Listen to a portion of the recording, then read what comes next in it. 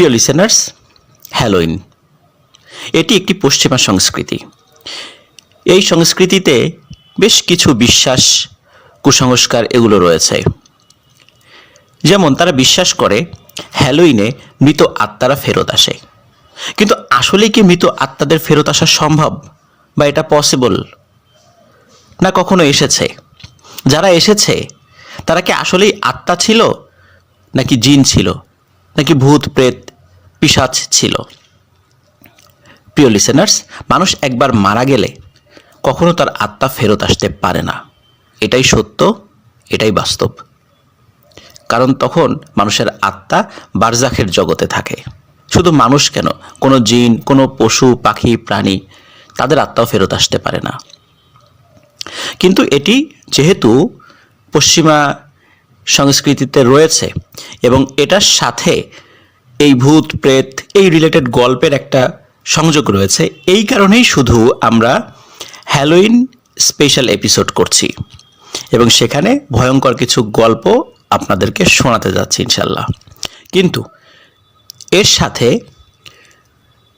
হ্যালোইনের যেই বিশ্বাস বা কুসংস্কার, এটির আমাদের কোনো সম্পর্ক নেই। এটি আমরা বারবার বলে দিতে চাই, কারণ এটি একটি পশ্চিমা সংস্কৃতি।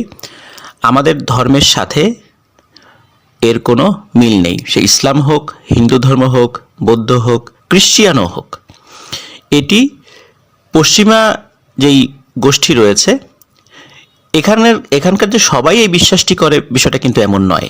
কিছু কিছু মানুষ বিশ্বাস করে, আর যেহেতু সেখানে দীর্ঘদিন ধরে হয়ে আসছে, এই কারণে তারা সেটা পালন করে। অনেক খ্রিস্টিয়ানরাও কিন্তু এই হ্যালোইন পালন করে না। তো আশা করছি আমরা আমাদের জায়গাটা ক্লিয়ার করতে পেরেছি আপনাদের কাছে। তো আমরা হ্যালোইন স্পেশাল এপিসোডে বেশ কয়েকটি ঘটনা আপনাদের সামনে নিয়ে এসেছি। আশা করছি ঘটনাগুলো আপনাদের ভালো লাগবে। তো প্রিয় লিসেনার্স, কথা না বাড়িয়ে চলে যাচ্ছি সরাসরি ঘটনায়।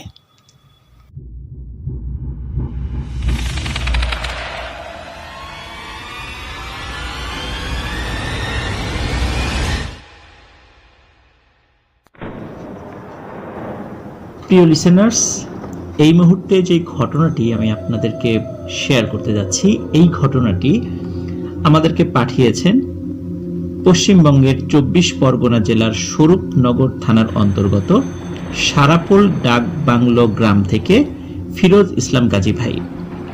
ফিরোজ ইসলাম গাজী ভাই এর আগে কিন্তু বেশ কয়েকটি ঘটনা আমাদেরকে পাঠিয়েছেন, যেই ঘটনাগুলো আপনাদের সকলেরই ভালো লেগেছে। এখন যে ঘটনাটি উনি আমাদেরকে পাঠিয়েছেন এবং আমি যেটা শেয়ার করতে যাচ্ছি এখন, এই ঘটনাটি যার সঙ্গে ঘটেছে তার নাম হচ্ছে ইব্রাহিম গাজী ভাই। যদিও বা এটি তার ছদ্মনাম, কিন্তু কেন ছদ্মনাম এটি কিন্তু আপনারা ঘটনাটি পুরোপুরি শোনার পর বুঝতে পারবেন এবং আমি সেটা বলে দেব। তো কথা না বাড়িয়ে সরাসরি ঘটনাতে চলে যাচ্ছি। ইব্রাহিম ভাইয়ের জীবনে কিন্তু অনেক ঘটনা রয়েছে। তিনি অত্যন্ত সাহসী একজন মানুষ। পেশায় তিনি একজন ফল ব্যবসায়ী। উনি মূলত বাজারে বসে ফল বিক্রি করেন না, কিন্তু উনি যে কাজটি করেন সেটি হচ্ছে ফলের বাগান কিনেন। বাগান কিনে খুচরো বা পাইকারি ব্যবসায়ীদের কাছে তিনি ফল বিক্রি করেন। এরকম ব্যবসায়ী আমরা আমাদের বাংলাদেশে হরহামেশাই দেখতে পাই, যে তারা আমের বাগান কিনেছে, কাঁঠালের বাগান কিনেছে, লিচুর বাগান কিনেছে। এরকম কিনে একবারে সেগুলো পেরে সেগুলো পাইকারি বা খুচরা ব্যবসায়ীদের কাছে বিক্রি করে দেন, বা বড় বড় আড়তে সেগুলো পাঠিয়ে দেন। তো উনি তেমনই কাজ করেন। ইব্রাহিম ভাই যখন ছোট ছিলেন তখন তার বাবা তাদের ফেলে আবার বিয়ে করেন এবং সেই মহিলার সাথেই থাকেন। এর ফলে ইব্রাহিম ভাইয়ের মা তাকে নিয়ে চলে আসে বাবার বাড়িতে। এভাবে দিন যায়। ইব্রাহিম ভাই যখন একটু বড় হয় তখন তার নানা আবার তার মেয়েকে, মানে ইব্রাহিম ভাইয়ের মাকে বিয়ে দেন। ইব্রাহিম ভাই একা তার নানা নানির কাছে বড় হতে থাকেন। তিনি যেহেতু নানা নানির কাছে মানুষ হয়েছেন, তাই শাসন বারণ, আসলে এই বিষয়গুলো করার মতো তার ওভাবে কেউ ছিল না। আর এই কারণে নানা নানির আদরের কারণে ইব্রাহিম ভাই ছোটবেলা থেকে এমনিতেই চঞ্চল ছিলেন, কিন্তু আরো বেশি ডান পিটে ও খুব জেদি প্রকৃতির হয়ে ওঠেন।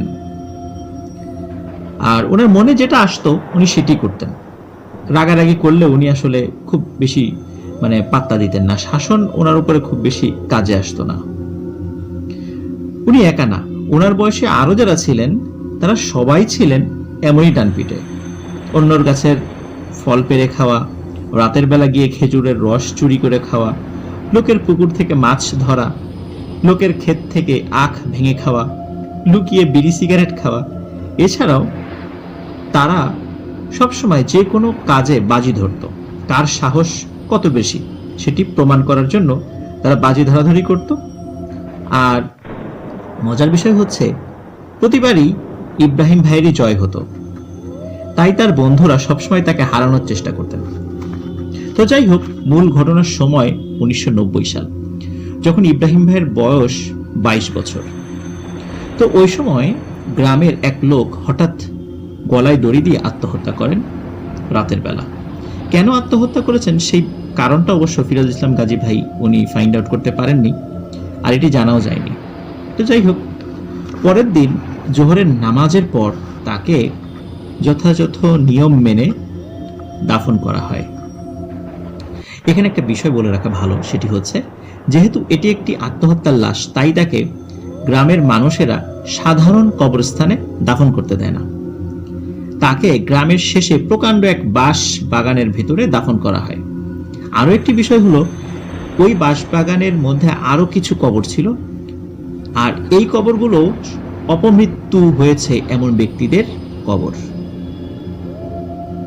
যেমন কেউ বিষ খেয়েছে মারা গিয়েছে, তারপর গলায় দড়ি নিয়ে মারা গেছে, এই টাইপের যারা আত্মহত্যা করেছে, অপমৃত্যু হয়েছে, এই টাইপের মানুষদের কবর স্বাভাবিক কবরস্থানে না দিয়ে এই জায়গাটাতে গ্রামের মানুষ দিত। তো ওই দিন রাতে ইব্রাহিম ভাই ও তার বন্ধুরা একসাথে আড্ডা দিচ্ছিলেন। এক পর্যায়ে ভূত, পিশাচ এগুলো নিয়ে যখন আলোচনা ওঠে, ইব্রাহিম ভাই বলেন, বাদ দে, আমি এসব বিশ্বাস করি না। তখন তার বন্ধুরা বলেন, ঠিক আছে, তাহলে বাজি ধর, দেখি কার কত সাহস। তর্কে জড়িয়ে এক পর্যায়ে উনি রাজি হন, বলেন, ঠিক আছে, আমি রাজি, বল কি করতে হবে। তখন তার বন্ধুরা বলেন, আজকে যে গলায় দড়ি দিয়ে মরেছে, আজ রাতে যাকে কবরও দেয়া হয়েছে, তোকে আজকে রাতেই কবর খুঁড়ে সেই কাফনের কাপড়টা নিয়ে এসে আমাদেরকে দেখাবি। আমরা সবাই বাঁশবাগানের বাহিরে দাঁড়িয়ে থাকবো, তুই একা গিয়ে কাপড়টা নিয়ে এসে আমাদেরকে দেখাবি। উনি বলেন, ডান, আমি রাজি। গভীর রাতে সবাই একসাথে চুপি চুপি যান সেই বাঁশবাগানে, এবং একটি নির্দিষ্ট দূরত্বে দাঁড়িয়ে তারা ইব্রাহিম ভাইকে বলেন, এখান থেকে তোকে একাই যেতে হবে। উনি টর্চ হাতে নিয়ে একাই প্রবেশ করেন সেই বাঁশবাগানে। হালকা চাঁদের আলোতে মোটামুটি দেখা যাচ্ছিল, তাই টর্চ খুবই কম জ্বালছিলেন তিনি। তাছাড়া আলো জ্বলার কারণে যদি গ্রামের অন্য কেউ জেনে যায় যে এখানে কেউ ঢুকেছে বা সন্দেহ করে, তাহলে সমস্যার সৃষ্টি হতে পারে। এমনিতেই তাদের উৎপাতে গ্রামের লোকজন অতিষ্ঠ, আরো যদি জানতে পারে নিছক বাজি ধরে তারা এমন একটি ভয়ানক কাজ করেছে, এবং শরীয়ত বহির্ভূত এবং অসামাজিক আমরা বলবো, কারণ একজন মানুষ মারা যাওয়ার পর তার কবর খুঁড়ে তার কাফনের কাপড় নিয়ে আসা, সেটা বাজি ধরে হোক বা যে কোনো কারণেই হোক, এটা ভয়ানক একটি অন্যায় কাজ। তো এই কারণে তারা চিন্তা করে যদি লোকজন টের পায় তাহলে কিন্তু সালিশ বসিয়ে তাদের গ্রাম থেকে বের করে দেবে। এই কারণে খুব সাবধানে তিনি সেখানে যাচ্ছিলেন। যাই হোক, ইব্রাহিম ভাই কবরের কাছে গিয়ে প্রথমে কবরের উপরের বেড়া বা খাঁচা, যেটা আমরা দেই সাধারণত বাঁশের, সেটা সরিয়ে ফেলেন। নতুন কবর, তাই মাটি খোঁড়ার জন্য কোনো কিছুই সাথে নিয়ে যাননি, কারণ নতুন কবরের মাটিগুলো একটু আলগাই থাকে। আস্তে আস্তে দেখা যাচ্ছে যে হাত দিয়ে সেই মাটিগুলো সরিয়ে ফেলা যায়, কারণ মাটি তখন আসলে বসে যায়নি, এই কারণে। তো উনি হাত দিয়েই মাটি সরিয়ে অল্প ফাঁকা করে উনি কবরের ভেতরে টর্চ লাইট জ্বালান। উনি দেখেন, হ্যাঁ, লাশ ঠিকই আছে, কোনো সমস্যা নেই। এদিকে বেশ অনেক সময় হয়ে গেছে, তবুও ইব্রাহিম ভাই ফিরে আসছেন না দেখে তার বন্ধুরা চিন্তা করতে লাগলো, কি ব্যাপার, ইব্রাহিম কোনো বিপদে পড়লো না তো? এদিকে ইব্রাহিম ভাই কবরের মাটি সরিয়ে উপর থেকে কোনোভাবে কাপড়টা নাগাল পাচ্ছিলেন না। আর তাছাড়া আমরা জানি লাশ যখন কবরে শোয়ানো হয় তখন শুধু মাথার গিঁটটা খুলে দেওয়া হয়, পায়ের দিকে গিঁট দেয়া থাকে। তাই উনি কবরের ভেতরেই নেমে পড়েন এবং লাশের গা থেকে কাফন খুলে ফেলেন। তারপর কবরের উপরে উঠে এসে কোনো রকমে আবার কবরটি ঠিক করে চলে আসেন। তার বন্ধুরা এই দৃশ্য দেখে হতবাক, কারণ তারা ভেবেছিল সেই কাজটি করতেই পারবে না, আর না করে সে খালি হাতে ফিরে আসবে। কিন্তু সে এই কাজটি করে দেখিয়েছে। কিন্তু সমস্যা যেটা হলো, এখন তারা কাফনের কাপড়টা নিয়ে কি করবে? গ্রামের কেউ যদি এই ব্যাপারটা জানতে পারে প্রচুর ঝামেলার সৃষ্টি হবে। তাই তারা ঠিক করে তারা সবাই একসাথে গিয়ে ওই কাফনের কাপড়টা আবার সেই কবরের ভেতরে রেখে আসবে, যাতে করে কোনো সন্দেহ বা কোনো সমস্যার সৃষ্টি না হয়। তো সবাই একসাথে আবার যান সেখানে। হালকা চাঁদের আলোয় মোটামুটি দেখা যাচ্ছিল, তাই কেউই কিন্তু টর্চ লাইট জ্বালাচ্ছিলেন না। তারা যখন কবরের কাছে যান তখন তারা একটু দূর থেকে ভয়ানক কিছু একটা দেখতে পান। তারা দেখেন ওই কবরের কাছে কয়েকটা প্রাণী বসে কারাকারি করে কি যেন খাচ্ছে। এটা দেখে একটি বাঁশঝাড়ের আড়ালে লুকিয়ে লুকিয়ে তারা দেখতে থাকে। দূর থেকে ঘর ঘর আওয়াজ ভেসে আসছে, সেই সাথে কটমট হাড় ভাঙার শব্দ, এবং মনে হচ্ছে প্রাণীগুলির 4টে করে হাত এবং 2টি পা। তারা 2 পায়ে ঠিক মানুষের মতো করেই চলাফেরা করে। তো তারা লুকিয়ে লুকিয়ে আসলে ঠিকঠাক বুঝতে পারছিলেন না যে সেখানে কি হচ্ছে, আর এই প্রাণীগুলি আসলে কি দেখে তো শিয়াল কুকুর মনে হচ্ছে না, আবার নিজেরা নিজেদের মধ্যে কি যেন বলা বলিও করছে। কিন্তু মানুষের কি 4টা হাত হয়? তারা নিজেরা আলোচনা করতে থাকেন যে আসলে এগুলো কি রে।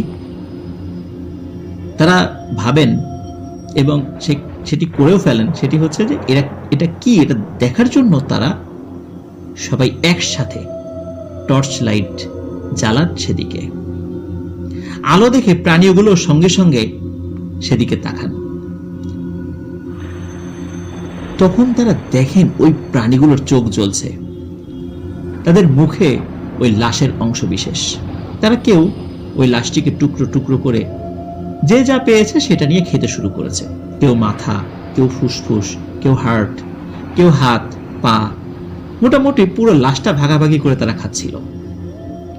এই দৃশ্য দেখে কাফনের কাপড় সেখানেই ফেলে দিয়ে চিৎকার করে তারা যে যেদিকে পেরেছে দৌড়ে পালিয়ে চলে যায়। এদিকে আরো একটি ভয়ানক ব্যাপার হচ্ছে, ওই যে প্রাণীগুলো ওরাও হঠাৎ করে এরকম টর্চ লাইটের আলো দেখে তারাও চমকে যায়। যাই হোক,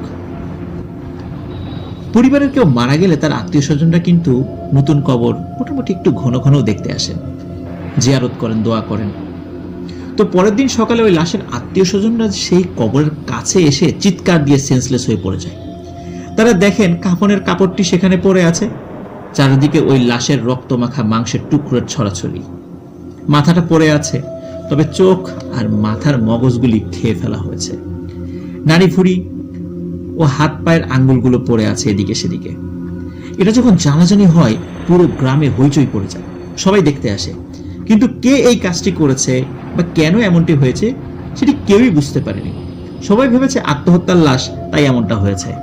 আর সবাই এটাও চিন্তা করেছে কাফনের কাপড়টি তো এখানে পড়েই আছে, তো সমস্যা কি, নিশ্চয়ই এটা কুকুর বিড়াল এই টাইপের, শেয়াল বেজি এই টাইপের কিছু এই কাজটি করেছে। সুতরাং এটি যে কোনো মানুষ করেছে বা মানুষের কারণে এটি সূত্রপাত হয়েছে, এটি গ্রামবাসী ঘুণাক্ষরে সন্দেহ করতে পারে না। তো যাই হোক, এক পর্যায়ে মসজিদের ইমাম সাহেবকে ডাকা হয়। উনি এই দৃশ্য দেখে আল্লাহু আকবার বলে চিৎকার করে ওঠেন। তো যাই হোক, এখন তো আর কিছুই করার নেই, যা হওয়ার তো হয়ে গেছে। ওই লাশের অংশ বিশেষ সংগ্রহ করা হয়। ইমাম সাহেব বলেন এগুলো আবার গোসল দিতে হবে, জমজমের পানিও উনি জোগাড় করেন। মূলত একজন হাজী সাহেব, উনি মানে হজ করে এসেছিলেন, উনি কিছুটা জমজমের পানি নিয়ে এসেছিলেন। তো ওনার কাছ থেকে কিছুটা পানি নিয়ে আরো কিছু পানির সাথে মিশিয়ে ফেলেন এবং ওই পানি দিয়ে ওই লাশের অংশ বিশেষকে আবার যতটুকু পেরেছেন পানি দিয়ে গোসল করিয়েছেন এবং উনি মসজিদে ঘোষণা দেন ওই লাশের আবার জানাজা দিয়ে এগুলো দাফন করতে হবে। ইমাম সাহেব নিজে আবার পুনরায় দাফন কাফন করার ব্যবস্থা করেন। উনি নিজেই কিন্তু ওই লাশের অংশবিশেষ গোসল করিয়েছিলেন, নিজেই জানাজা পড়িয়েছিলেন এবং দাফন কার্যে উনি সার্বক্ষণিক সাথে ছিলেন। এর কিছুদিন পরে সবকিছু স্বাভাবিক হয়ে যায়, কিন্তু ইব্রাহিম ভাই ধীরে ধীরে পরিবর্তন হতে থাকেন। কোথাও যেতেন না, কারোর সাথে মিশতেনও না, সারাদিন একা একা থাকতেন এবং ওনার খিদে ভয়ঙ্কর রকম বাড়তে থাকে। এক পর্যায়ে উনি কাঁচা মাছ মাংস খেতে শুরু করেন। রাতের বেলা ওনাকে খুঁজে পাওয়া যেত না, সবাই মিলে খুঁজতে থাকে তাকে। পাওয়া যায় সেই বাঁশবাগানে। ধীরে ধীরে তার গা থেকে ভয়ানক মাংস পচা দুর্গন্ধ আসতে থাকে। তার কারণ হলো সে সামনে হাঁস মুরগি যা পেত তাই খেয়ে ফেলত। এমন অবস্থাতে তাকে শিকল দিয়ে বেঁধে রাখতে হতো। তো তার এই অবস্থা দেখে তাকে একটি ভালো কবিরাজ দেখানো হয়।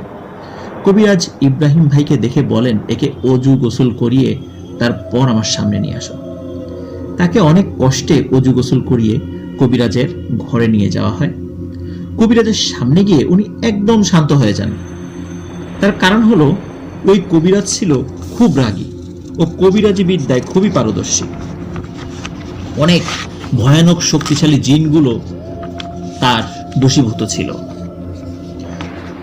অধিকাংশ ক্ষেত্রে এমনটা ঘটতো যে উনি কোথাও জিনে ধরা রোগী দেখতে গেলে উনি রোগীর সামনে বসার সাথে সাথে জিন ওই রোগীকে ছেড়ে পালাতো। আর রোগী দেখার সময় দুষ্টু জিনার তার যদি কথা না শুনতো, তাদের বন্দি করে হত্যা করতে উনি একবারের বেশি দুইবার চিন্তাও করতেন না।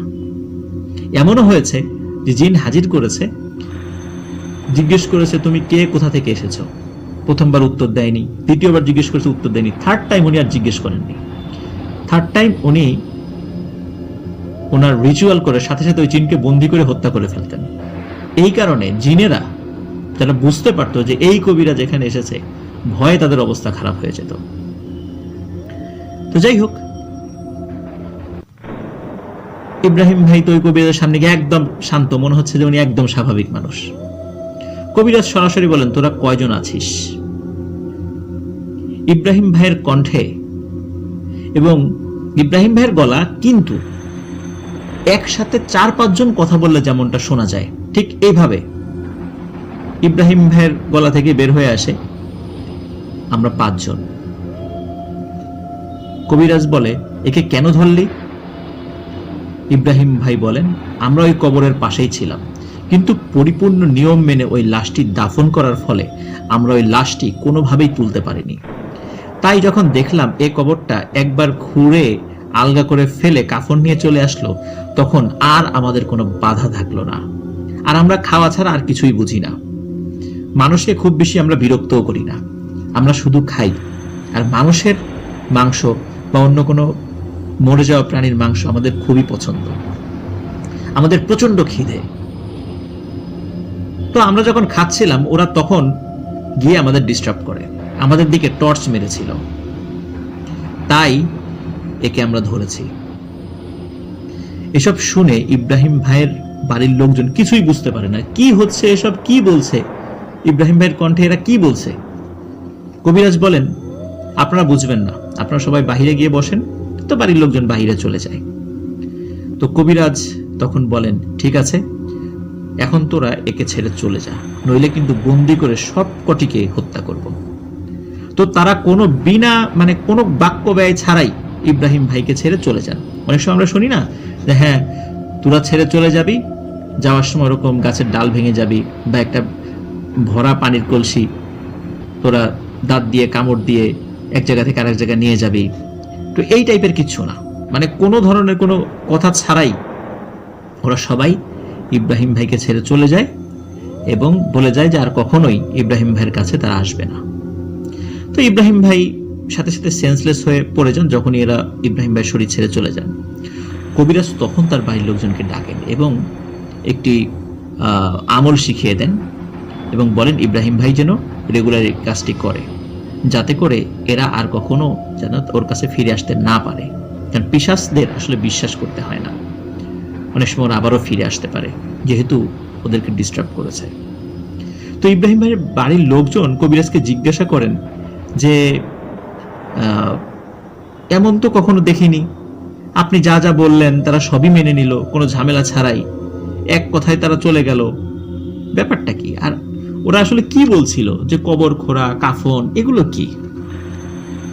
তখন কবিরাজ বলেন এরা ছিল খুবই নিম্ন শক্তিধর পিশাচ, এদের শক্তি খুবই কম থাকে, এরা মূলত খাওয়া ছাড়া আর কিছুই বোঝে না, আর তাছাড়া আমার শক্তির কাছে তারা কিছুই না, তাই আমার কথা মানা ছাড়া তাদের কাছে আর কোনো পথ খোলা ছিল না, না মানলে ওদের সবকটিকে মেরে ফেলতাম এক্ষুনি, তাই তারা কোনো ঝামেলা ছাড়াই চলে গেছে।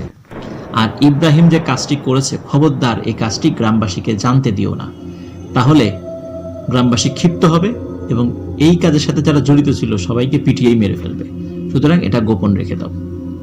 পরে কবিরাজ ইব্রাহিম ভাইয়ের মুখে পানি পড়া ছিটিয়ে দিলে তার আবার সেন্স ফিরে আসে, তারপর তারা বাড়ি ফিরে আসেন। কয়েকদিনের মধ্যে ইব্রাহিম ভাই একদম স্বাভাবিক হয়ে যান, ঠিক আগের মতো। তবে এখানে একটি কথা, ইব্রাহিম ভাই আগের মতো আর ডান পিঠে থাকেন না, উনি ব্যবসা বাণিজ্যে মনোযোগ দেন, একজন ভদ্র মানুষ হিসাবে উনি জীবনযাপন শুরু করেন। এখানে ইব্রাহিম ভাই যিনি, উনি আমাদের লিসেনারদের উদ্দেশ্যে একটি কথা বলেছেন ফিরোজ গাজী ভাইয়ের মাধ্যমে, সেটি হচ্ছে বাজি ধরে, ওনার ভাষায় যেটা ইব্রাহিম ভাই বলেছেন, বাজি ধরে আপনারা এমন কোনো কাজ করবেন না যা আপনাদের জীবনকে মৃত্যুর মুখে ঠেলে দেয়, এটা ভালো জিনিস নয়। সাহস দেখাতে গিয়ে আমি চরম ভুল কাজ করেছি, আল্লাহ আমাকে বাঁচিয়েছেন, তবে আমার কারণে এক মৃত ব্যক্তির যে পরিণতি হয়েছে এর জন্য নিজেকে খুবই অপরাধী মনে হয়, আল্লাহ আমাকে মাফ করুন। এই ঘটনা যদি ওই সময় গ্রামের লোকজন জানতে পারতো তাহলে হয়তো তারাও আমাকে পিটিয়ে মেরে ফেলতো, এখনো খুবই কম লোকই জানে এই ঘটনা। তো এই কারণে প্রিয় লিসেনার্স, আমি ইব্রাহিম ভাইয়ের গ্রামের বাড়িটা কোথায় এক্সাক্ট বলছি না, কারণ পশ্চিমবঙ্গের অনেক লিসেনার আমাদের এই ঘটনাটি শুনছেন, তো যার কারণে ওনার ইব্রাহিম ভাইয়ের নামটি ছদ্মনাম ইউজ করা হয়েছে, আর ওনার ঠিক এক্সাক্ট যে গ্রামটা সেই গ্রামের নামটি বলা হয়নি, কারণ ওই গ্রামের লোকজন এখনো এই বিষয়টি অতটা জানে না। তো বুঝতেই পারছেন, এই কারণে কিছু কিছু বিষয় আমরা হাইড করেছি। অসংখ্য ধন্যবাদ ফিরোজ ইসলাম গাজী ভাই, চমৎকার একটি সত্য ভয়ের ঘটনা আমাদেরকে পাঠিয়ে দেওয়ার জন্য, এবং এই ঘটনার মধ্যে আসলেই অনেক কিছু শিক্ষণীয় আছে। তো আমরা অনেক কিছু শিখতে পারলাম এই ঘটনার মধ্যে। আমরা চলে যাচ্ছি আমাদের পরবর্তী ঘটনায়।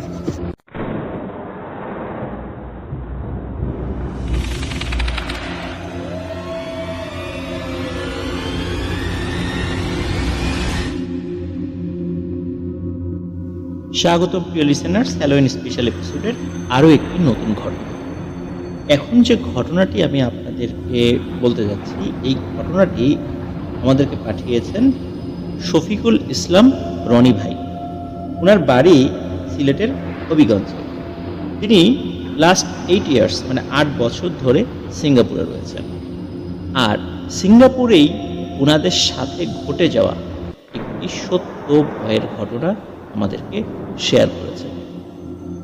প্রিয় লিসেনার্স, যেই জায়গা কেন্দ্রিক ঘটনাটি, এই জায়গাটি আপনারা চাইলে নেটে সার্চ দিয়ে দেখতে পারেন, আমি নিজেও দেখেছি। একটি মন্দির কেন্দ্রিক একটি ঘটনা, সিঙ্গাপুরের খুব নাম করে একটি মন্দির। মন্দিরটির নাম হচ্ছে ট্যানও বলতে পারে, আসলে ওদের উচ্চারণটা আমি এতটা ক্লিয়ার না, আমার উচ্চারণও হয়তো ভুল হতে পারে, এটা আমি স্পেলিংটা বলে দিচ্ছি, PAN, ট্যান সাই, SI সাই, ট্যান সাই চং, CHONG চং। এই ট্যান সাই চং টেম্পল বলা হয়, বা ট্যান সাই চং লিখে যদি আপনারা সার্চ দেন তাহলে আপনার সিঙ্গাপুরের ওই মন্দিরটি আপনাদের সামনে চলে আসবে। আর আজকের ঘটনাটি এই মন্দির।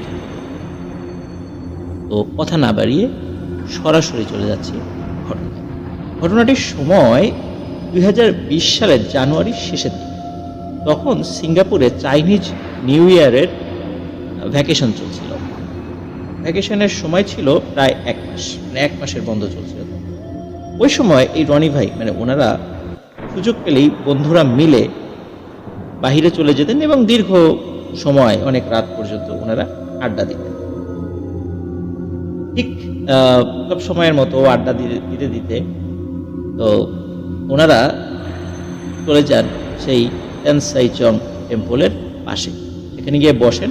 ওনারা মোট 4 জন ছিলেন। কিছু সময় আড্ডা দেওয়ার পর সবাই উঠে ওই মন্দিরের পাশ দিয়ে চলে যাচ্ছিলেন।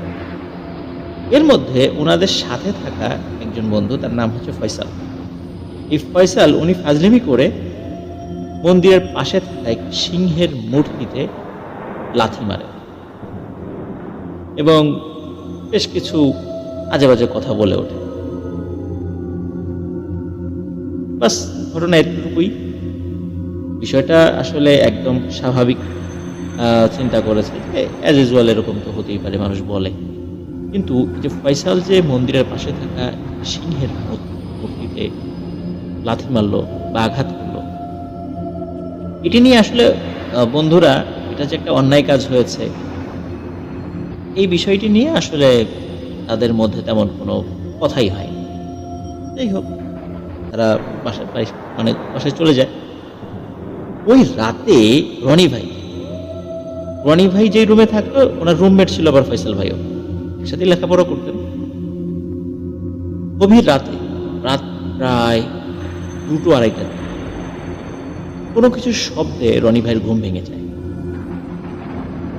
রনি ভাই ডিম লাইটের আলোতে দেখেন ফয়সাল রুমের ঠিক মাঝখানে হাঁটু গেড়ে করজোড়ে কিছু একটা মন্ত্র পড়ছে।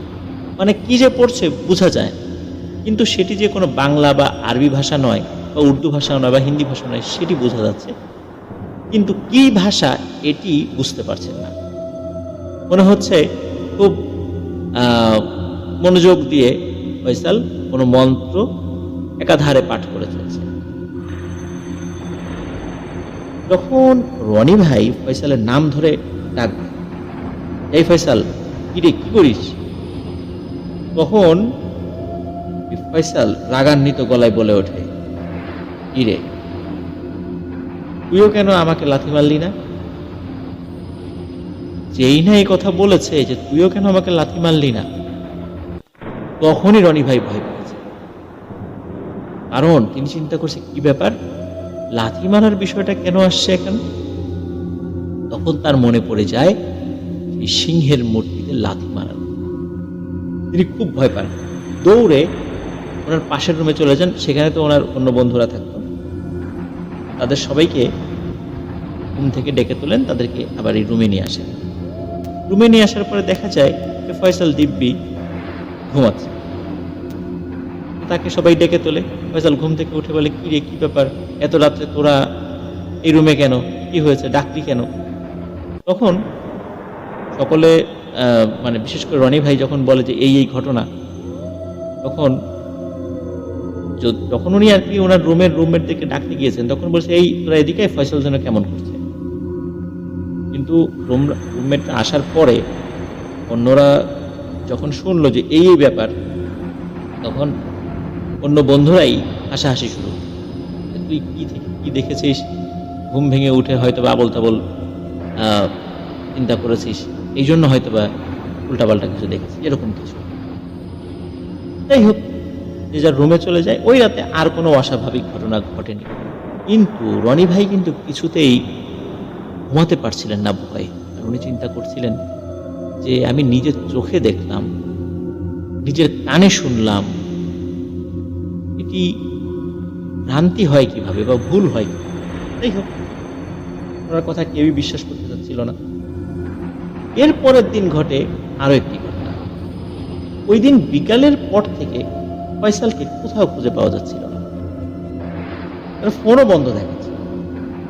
এভাবে এক রাত এক দিন পার হয়ে যায়। হঠাৎ করে রনি ভাইয়ের মোবাইল ফোনে কল আসে।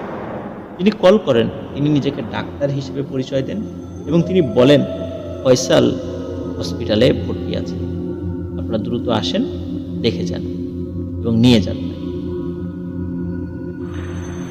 হসপিটালের ঠিকানা পাওয়ার পর রনি ভাই এবং তার অন্য রুমমেট যারা ছিলেন তারা সকলেই হসপিটালে চলে যান। হসপিটালে যাওয়ার পর রনি ভাই সহ ওনার অন্যান্য বন্ধুরা অদ্ভুত কিছু বিষয় জানতেন। তারা শোনেন যে ফয়সালকে নাকি সেই মন্দির যেটা ক্যানসাই চং টেম্পল, এর সামনে অচেতন অবস্থায় পাওয়া গিয়েছিল। ফয়সাল যখন উঠে আসে, তার জ্ঞান ফেরে, তখন ফয়সালকে যখন ওনারা জিজ্ঞেস করেন যে সে এই এক রাত ও একদিন কোথায় ছিল, এই প্রশ্নের জবাবে ফয়সাল কিন্তু কিছুই বলতে পারছিল না।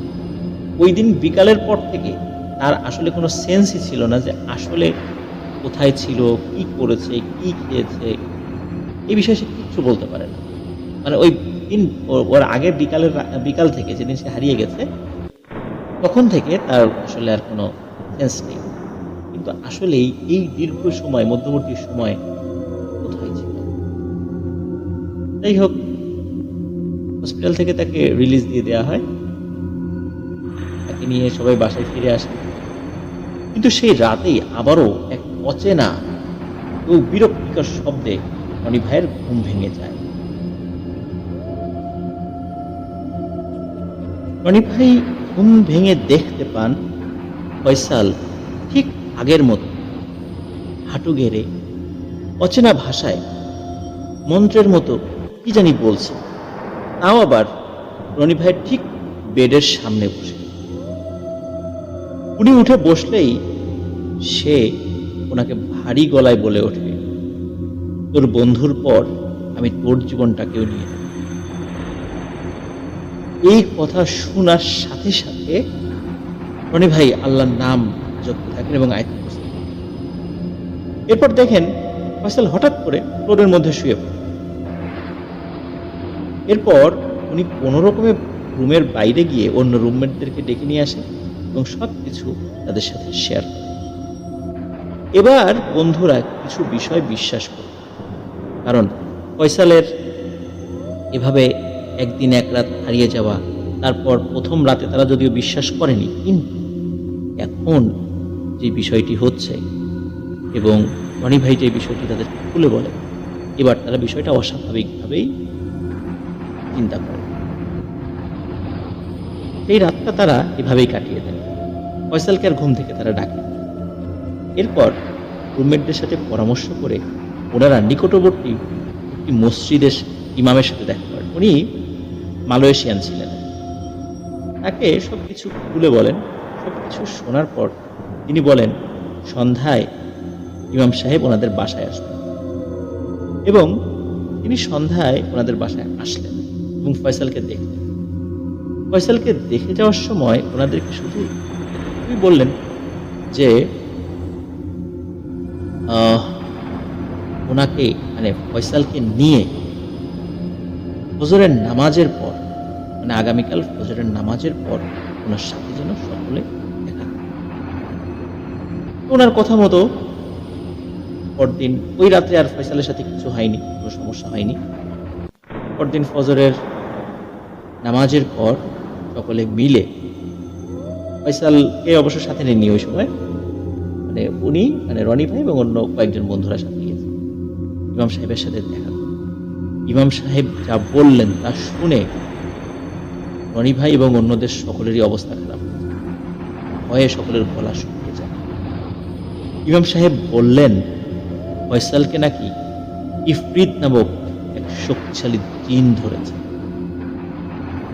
ফয়সালের জীবন নাকি এখন হুমকির মুখে।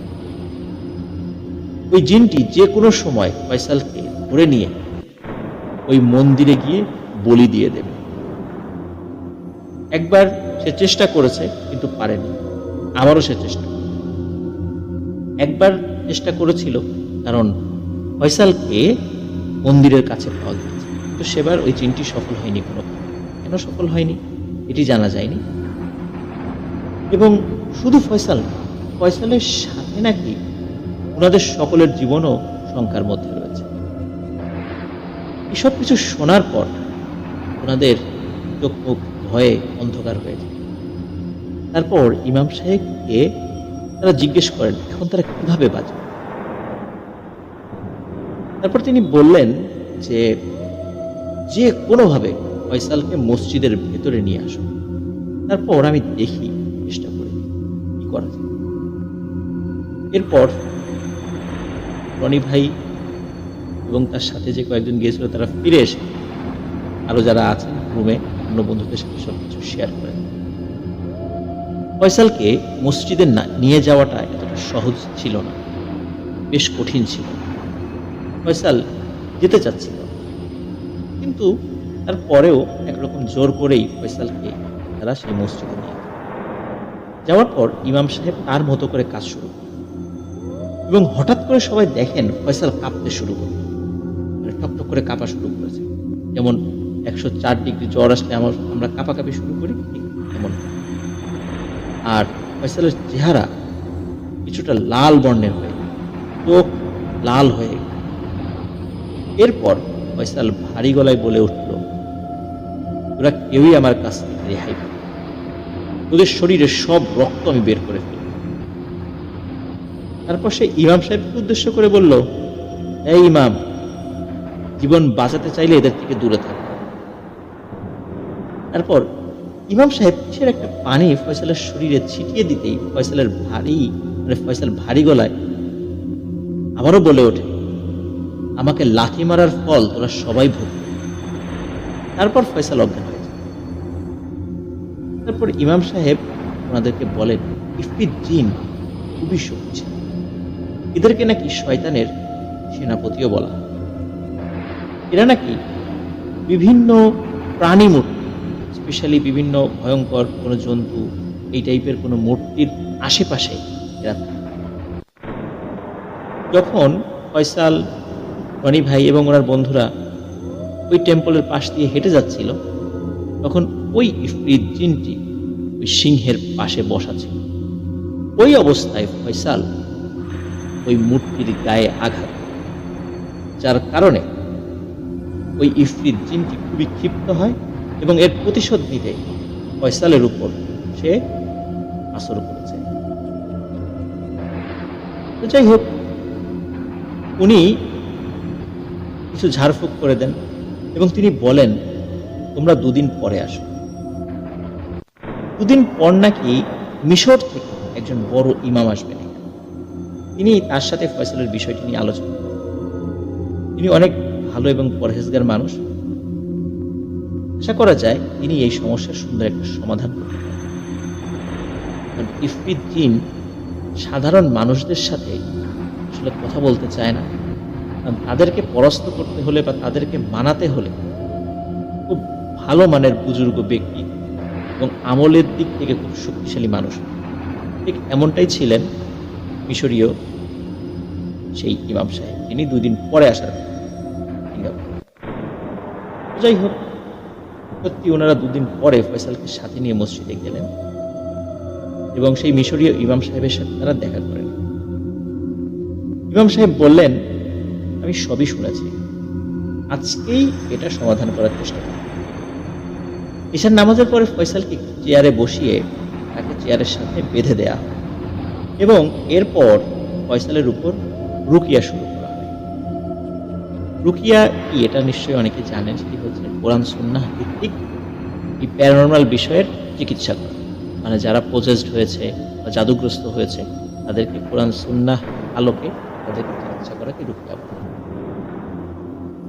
সকলে হঠাৎ করে দেখতে পান ঠিক আগের মতো ফয়সাল কাঁপতে শুরু করেছে এবং কাঁপতে কাঁপতে এবার তার শরীরের সমস্ত অঙ্গ প্রত্যঙ্গ মনে হচ্ছে লাল বর্ণ হয়ে গেছে এবং অচেনা ভাষায় কি জানি একটা বলতে শুরু।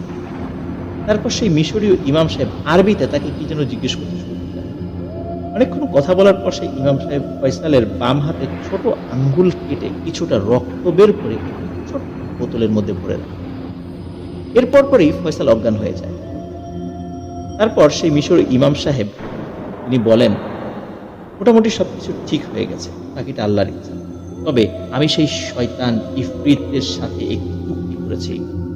চুক্তিটা এই যে এই যে রক্ত এবং একটা কালো ছাগল এক কোপে এক নিঃশ্বাসে তার মাথা কেটে ফেলতে হবে।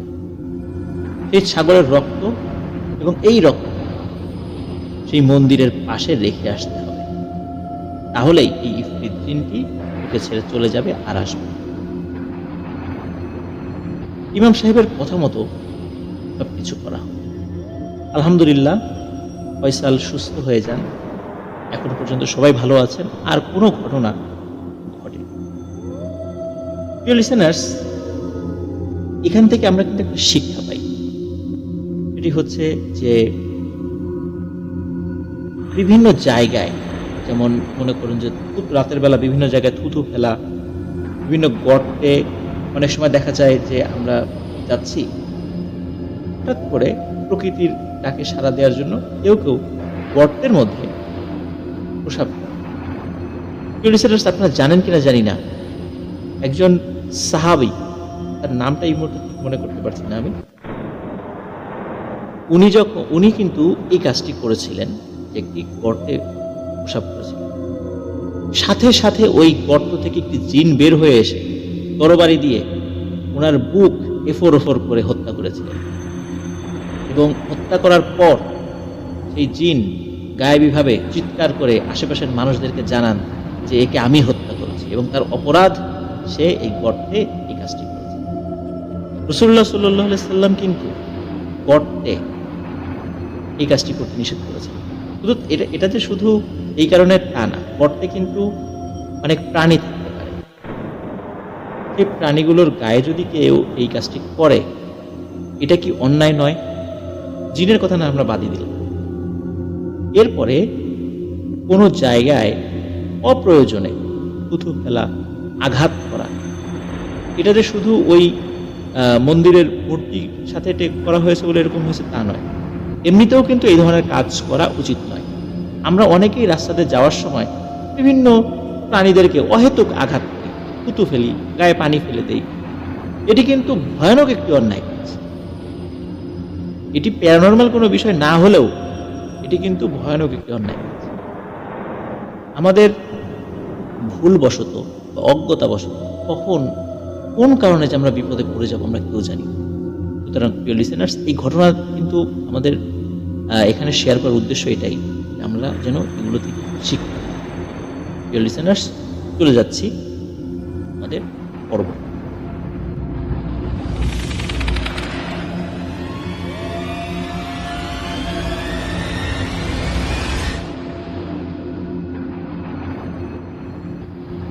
আবারও স্বাগতম প্রিয় লিসেনার্স, আরও একটি নতুন ঘটনা।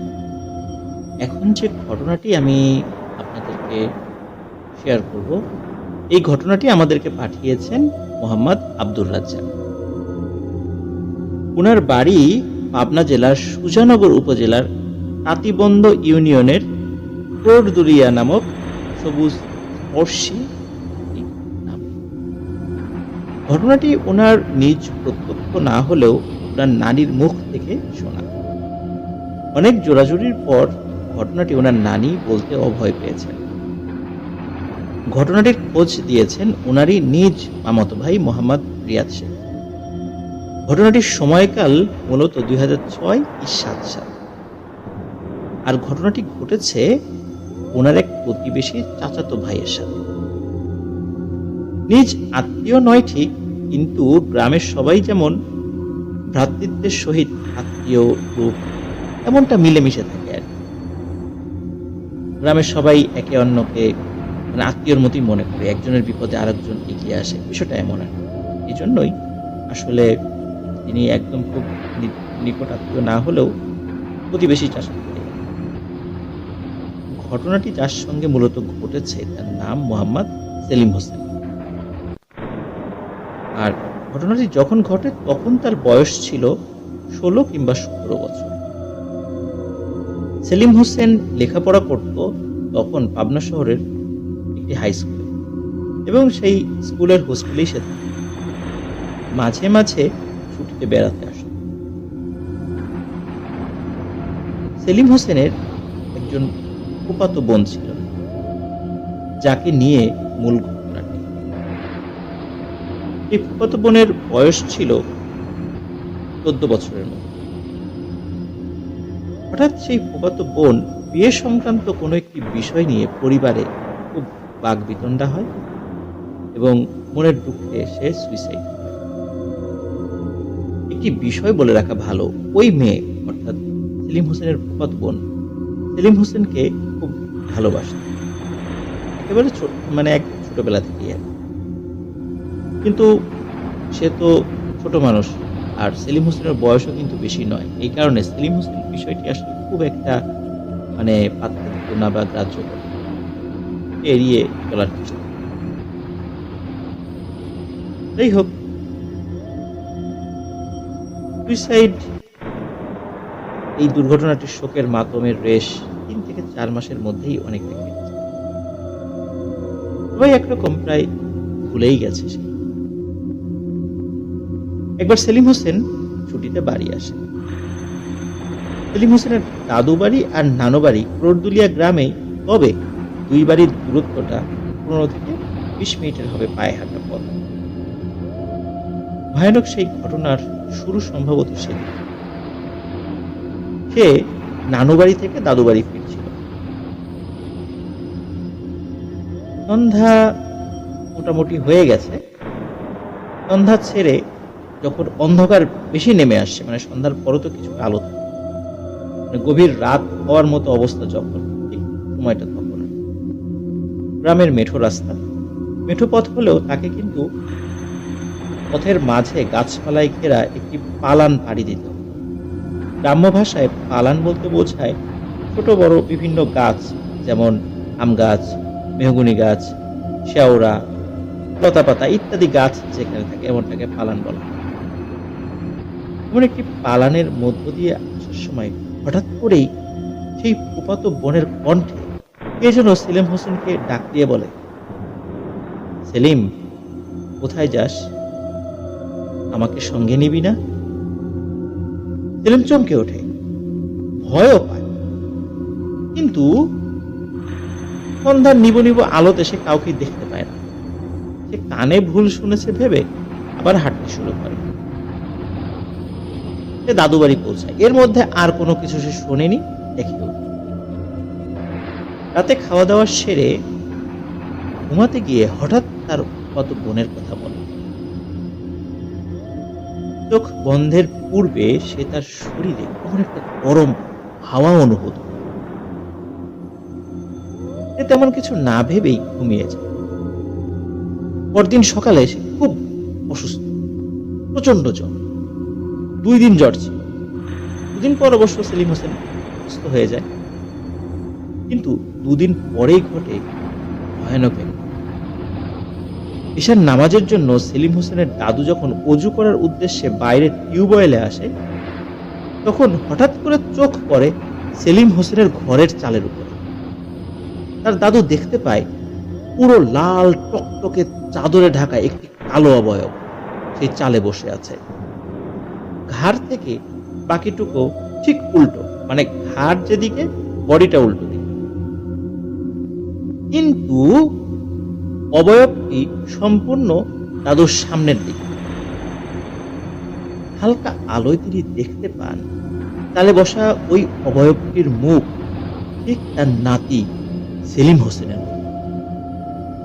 তিনি এটা দেখে খুব ভয় পান। ভয় যে আরো বাকি ছিল তিনি হয়তোবা তখনও সেটি বুঝতে পারেন। তিনি আরো চমকে ওঠেন যখন সেই অবয়বটি তাকে সেই মৃত মেয়েটি অর্থাৎ সেলিম হোসেনের কত বোনের কণ্ঠে বলে ওঠে, কেমন আছো দাদু? যখনই এটি শুনেছেন তিনি সাথে সাথে দাদু তার স্ত্রীর নাম ধরে সজোরে ডাক দিয়ে ওইখানেই সেন্সলেস হয়ে পড়ে। এরপরে সকলে মিলে অনেক চেষ্টা করে তার জ্ঞান ফেরায়। তখন তিনি ঘটনাটা সবাইকে জানান যে তিনি কি দেখছেন। যদিও বা সবাই তাকে মনের ভুল ভেবে ভয় পেয়েছে এই কথা বলে তাকে সান্ত্বনা দেয়, কিন্তু এই ঘটনা ঠিক কয়েকদিন পর সেলিম হোসেন কিছু এলো পাথারি কাজ করতে শুরু করে। যেমন হঠাৎ খুব সজোরে চিৎকার দেয়া, খেতে বসার সময় খাবার খেতে খেতে হঠাৎ লাফ দিয়ে উঠে পুরো উঠোন দৌড়াদৌড়ি, রাতে ঘুমানোর পূর্বে গম্ভীর হয়ে বসে থাকে সে। মাঝে মাঝে ঘরের দেয়ালে নখ দিয়ে আঁচড় দিত সেলিম হোসেন। এই ধরনের বিভিন্ন ধরনের পাগলামিমূলক কাজ, বা জিনে ধরলে পারে যেরকম হয় মানুষের আচার আচরণ যেমন হয়, ঠিক তেমন কাজ করছে। আর দিনকে দিন এই পাগলামি শুধু বাড়ছেই, কমার কোনো লক্ষণ নেই। শুরুর দিকে ভালো ডাক্তার দেখানো হয়েছিল, কিন্তু কোনো উন্নতি হয়নি, বরং আরো অবনতি হচ্ছে। আত্মীয় স্বজনদের মধ্যে যে মুরব্বীরা ছিলেন তাদের পরামর্শ এবং বিজ্ঞ আরো কিছু মানুষের পরামর্শে তাকে ভালো এক আলেমের কাছে নিয়ে যাওয়া। ভালো ওই আলেম সেলিম হোসেনকে দেখে তিনি জানান সেলিম হোসেন সে কারিন জিনের দ্বারা আক্রান্ত হয়েছে, এবং এই কারিন জিনটা আর কেউ নয়, সে তার সেই ফুফাতো বোন তার সাথে ছিল। কারিন জিন কিন্তু আমাদের সাথেই, প্রত্যেকটা মানুষের সাথে একটি করে কারিন জিন আছে। এই ফুফাতো বোনের সাথে থাকা কারিন জিন সেই মূলত আর সেই ফুফাতো বোন সেজে সেলিম হোসেনের উপর, যেহেতু তার ফুফাতো বোন তাকে পছন্দ করত এবং সে ডিসাইড করেছে, যার কারণে সে তার ফুফাতো বোনের বেশে সেলিম হোসেনকে বিরক্ত করে। যাই হোক, আলেম সাহেব তাকে শরিয়া মাফিক বিভিন্নভাবে ঝাড়ফুঁক করেন এবং ওই জিনকে বিভিন্নভাবে বোঝাতে সক্ষম হন। অবশেষে ওই কারিন জিন সেলিম হোসেনকে ছেড়ে দিতে রাজি হয়। পরে ওই আলেম সেলিম হোসেন সহ পরিবার সবাইকে পরামর্শ দেন সবাই যেন পাঞ্জেগানার নামাজ ঠিক মতো আদায় করে এবং শরিয়া মাফিক চলাফেরা করে, এবং আরো কিছু আমল দেন। এই আমলগুলো সেলিম হোসেন ভাইকে যেন এটা ফলো করেন, এই বিষয়ে পরামর্শ দেন। সেলিম হোসেন ভাই সুস্থ হয়ে যান, এখনো তিনি ভালো আছেন। এরপর তিনি পাবনা এডওয়ার্ড কলেজ থেকে লেখাপড়া করেছেন, শেষ করেছেন। তার জন্য শুভ কামনা থাকলো। প্রিয় লিসেনার্স, একটি বিষয় আমি বলে রাখি যে প্রত্যেকটা মানুষের সাথে কারিন জিন রয়েছে। জন্মের সাথে সাথে কারিন জিন আমাদের সঙ্গী হয়ে যায়। কারিন শব্দের অর্থই হচ্ছে সঙ্গী। মানুষ মারা গেলেও কিন্তু কারিন জিন কিন্তু মরে না, সে কিন্তু থেকে যায়। আমরা অনেক সময় মানুষ মৃত্যুর পরও তার বেশে কাউকে আছর করা বা তাকে বিভিন্ন সময় দেখা, এই ধরনের তথ্য শুনে থাকি। এগুলো মূলত অধিকাংশ ক্ষেত্রেই কারিন জিনের কাজ। আমরা এর আগে জুনিভূতের ঘটনা বলেছিলাম। মানুষ মৃত্যুর পর কিন্তু কখনো ফেরত আসতে পারে না, মূলত কারিন জিন বা অন্য কোনো জিন তার বেশ ধরে এসে মানুষের ক্ষতি করে। তো এটি ছিল ঘটনা। ধন্যবাদ মোহাম্মদ আব্দুর রাজ্জাককে। পাবনা জেলার সুজানগর উপজেলার হাতিবন্দ ইউনিয়নের ক্রোডগুলিয়া থেকে তিনি এই ঘটনাটি পাঠিয়েছেন। অসংখ্য ধন্যবাদ জানাচ্ছি। আমাদের গ্রাম কেন্দ্রিক ঘটনাগুলো আমাদের আসলেই, আমার কাছে খুব ভালো লাগে। যদিও আমরা বিদেশি ঘটনা বলি, কিন্তু গ্রামের ঘটনা আসলে সেটি সবসময় পরিচিত হলেও বা কিছু বিষয় কমন থাকলেও সবসময় আমাদের মনের মধ্যে। তো রাজ্জাক তিনি বলেছেন তার কাছে আরো কয়েকটি ঘটনা রয়েছে, তিনি আমাদেরকে দেবেন, অপেক্ষা থাকবো। তো রাজ্জাক ভাই, আপনার ঘটনাটি আমরা চলে যাচ্ছি আমাদের পরবর্তী।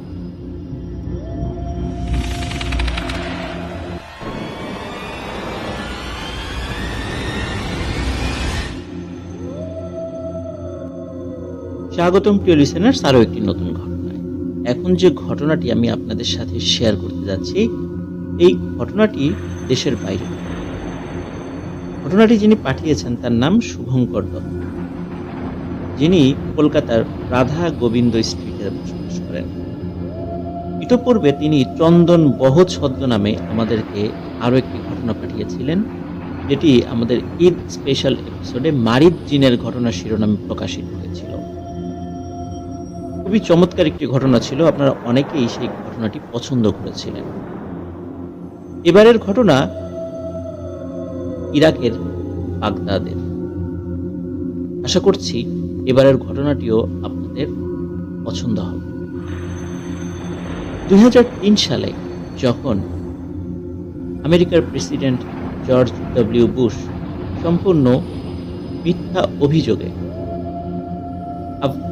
ইরাক আক্রমণ করে বসে, তখন লক্ষ লক্ষ নিরীহ মানুষ সেখানে নিহত হয়।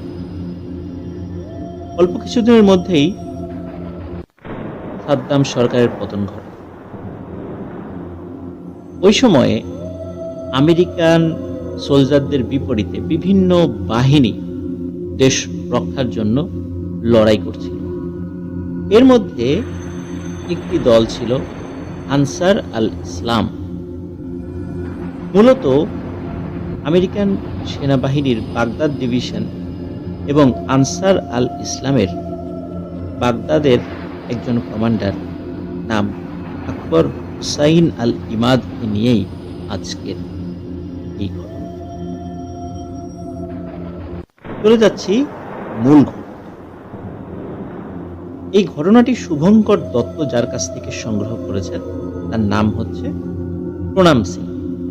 উনি আমেরিকার ক্যালিফোর্নিয়াতে বসবাস করেন এবং তার মূলত ক্যাটারিং সার্ভিসের বিজনেস। তার ছেলে অমিত সিং এবং বাবা প্রণাম সিং আর কি। তো তারা আমেরিকান ইউএস মিলিটারির যেই বিভিন্ন ডিভিশন রয়েছে সেখানে ক্যাটারিং সার্ভিসের কাজ করেন বা সেখানে সার্ভিসটা দিয়ে থাকেন তাদের কোম্পানি। শুভঙ্কর দত্ত এই প্রণাম সিং এর কাছ থেকে এই ঘটনাটি সংগ্রহ করেছে। আর প্রণাম সিংকে আরো একজন ব্যক্তি এই ঘটনাটি বলেছিলেন, যিনি এই ঘটনার প্রত্যক্ষদর্শী। তার নাম মুস্তাকিম মেহনাজ।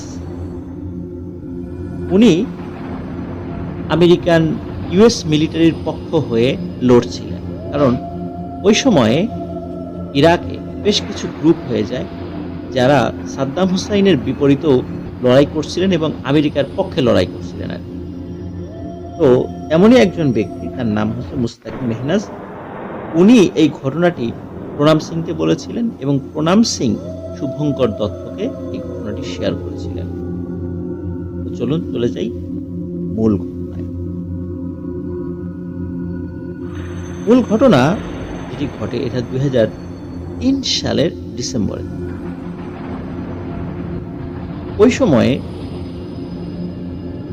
আমেরিকার বাগদাদ ডিভিশনের বিভিন্ন যে ইউনিট রয়েছে এর মধ্যে একটা ইউনিট রয়েছে, বিশেষ করে বাগদাদ ডিভিশন একটা বাগদাদ ডিভিশন যেটা রয়েছে এটা বাগদাদ থেকে আশেপাশের 150 কিলোমিটারের মধ্যে টোটাল যে এরিয়াটি রয়েছে এই এরিয়াটি কন্ট্রোল করার জন্য একটি বিশাল ডিভিশন ছিল এবং এই ডিভিশনের প্রধান তিনি ছিলেন একজন ইউএস আর্মি কমান্ডার, তার নাম হচ্ছে ব্রেন্ডন গ্রিন।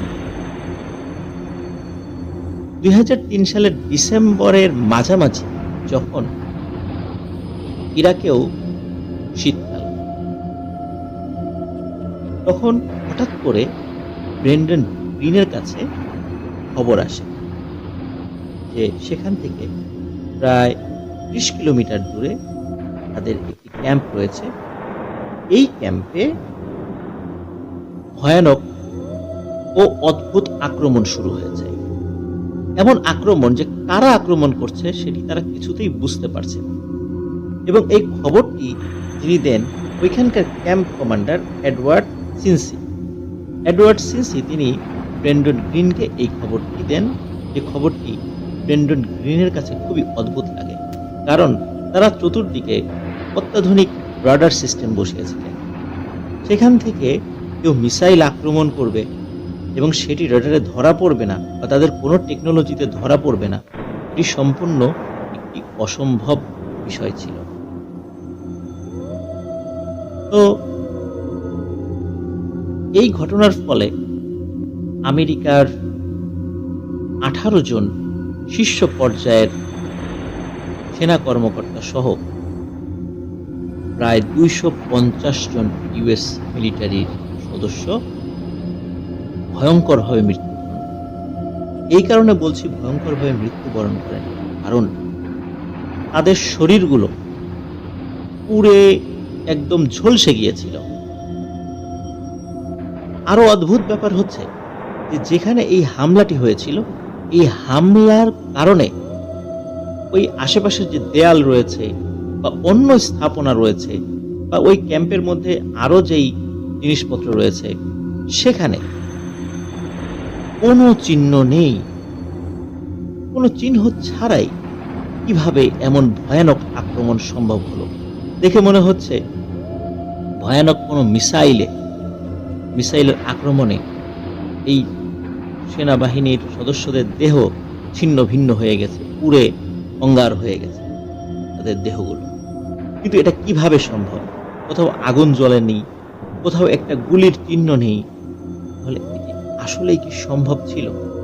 এই ঘটনার পরে আমেরিকার প্রতিরক্ষা মন্ত্রণালয় এবং পেন্টাগন পরামর্শ করে 6 জন বিশেষজ্ঞ টিম বাগদাদে পাঠিয়েছে, কিন্তু তারা কোনো তথ্য দিতে পারেনি কিভাবে এই ভয়ানক আক্রমণটা হলো। কারণ তারা যে তথ্য পেয়েছিল এটি কোনোভাবেই প্রকাশযোগ্য নয়। তো আসলে ভিতরে কি ছিল এটি আমরা এখন জানতে চাচ্ছি ইনশাআল্লাহ। প্রিয় লিসেনার্স, আমেরিকা যখন 2003 সালে ইরাক আক্রমণ করেছিল এবং অল্প কয়েকদিনের মধ্যে বাগদাদের দখল নিয়ে নেয় এবং সাদ্দাম হুসেনের যে সরকার তার পতন ঘটে, তারা বিভিন্ন জায়গায় অবজারভেশন ক্যাম্প বসিয়েছিল আর কি। তো এরকম বাগদাদের 150 কিলোমিটারের মধ্যে একটি ডিভিশন, মানে বাগদাদ শহর এবং আশেপাশে 150 কিলোমিটার পেরিফেরি নিয়ে একটা ডিভিশন সেখানে ছিল। তার নাম ছিল, এই ডিভিশনের যিনি প্রধান ছিল তার নাম ছিল ব্র্যান্ডন গ্রিন, যেটা আমরা শুরু থেকে বলছি। আমেরিকা যখন বাগদাদ বা ইরাক আক্রমণ করেছিল তখন কিন্তু দেশপ্রেমিক বিভিন্ন মুজাহিদিন গ্রুপ তারা কিন্তু সোচ্চার হয়েছিলেন, তারা অস্ত্র ধরেছিলেন এই দখলদার বাহিনীকে প্রতিহত করতে।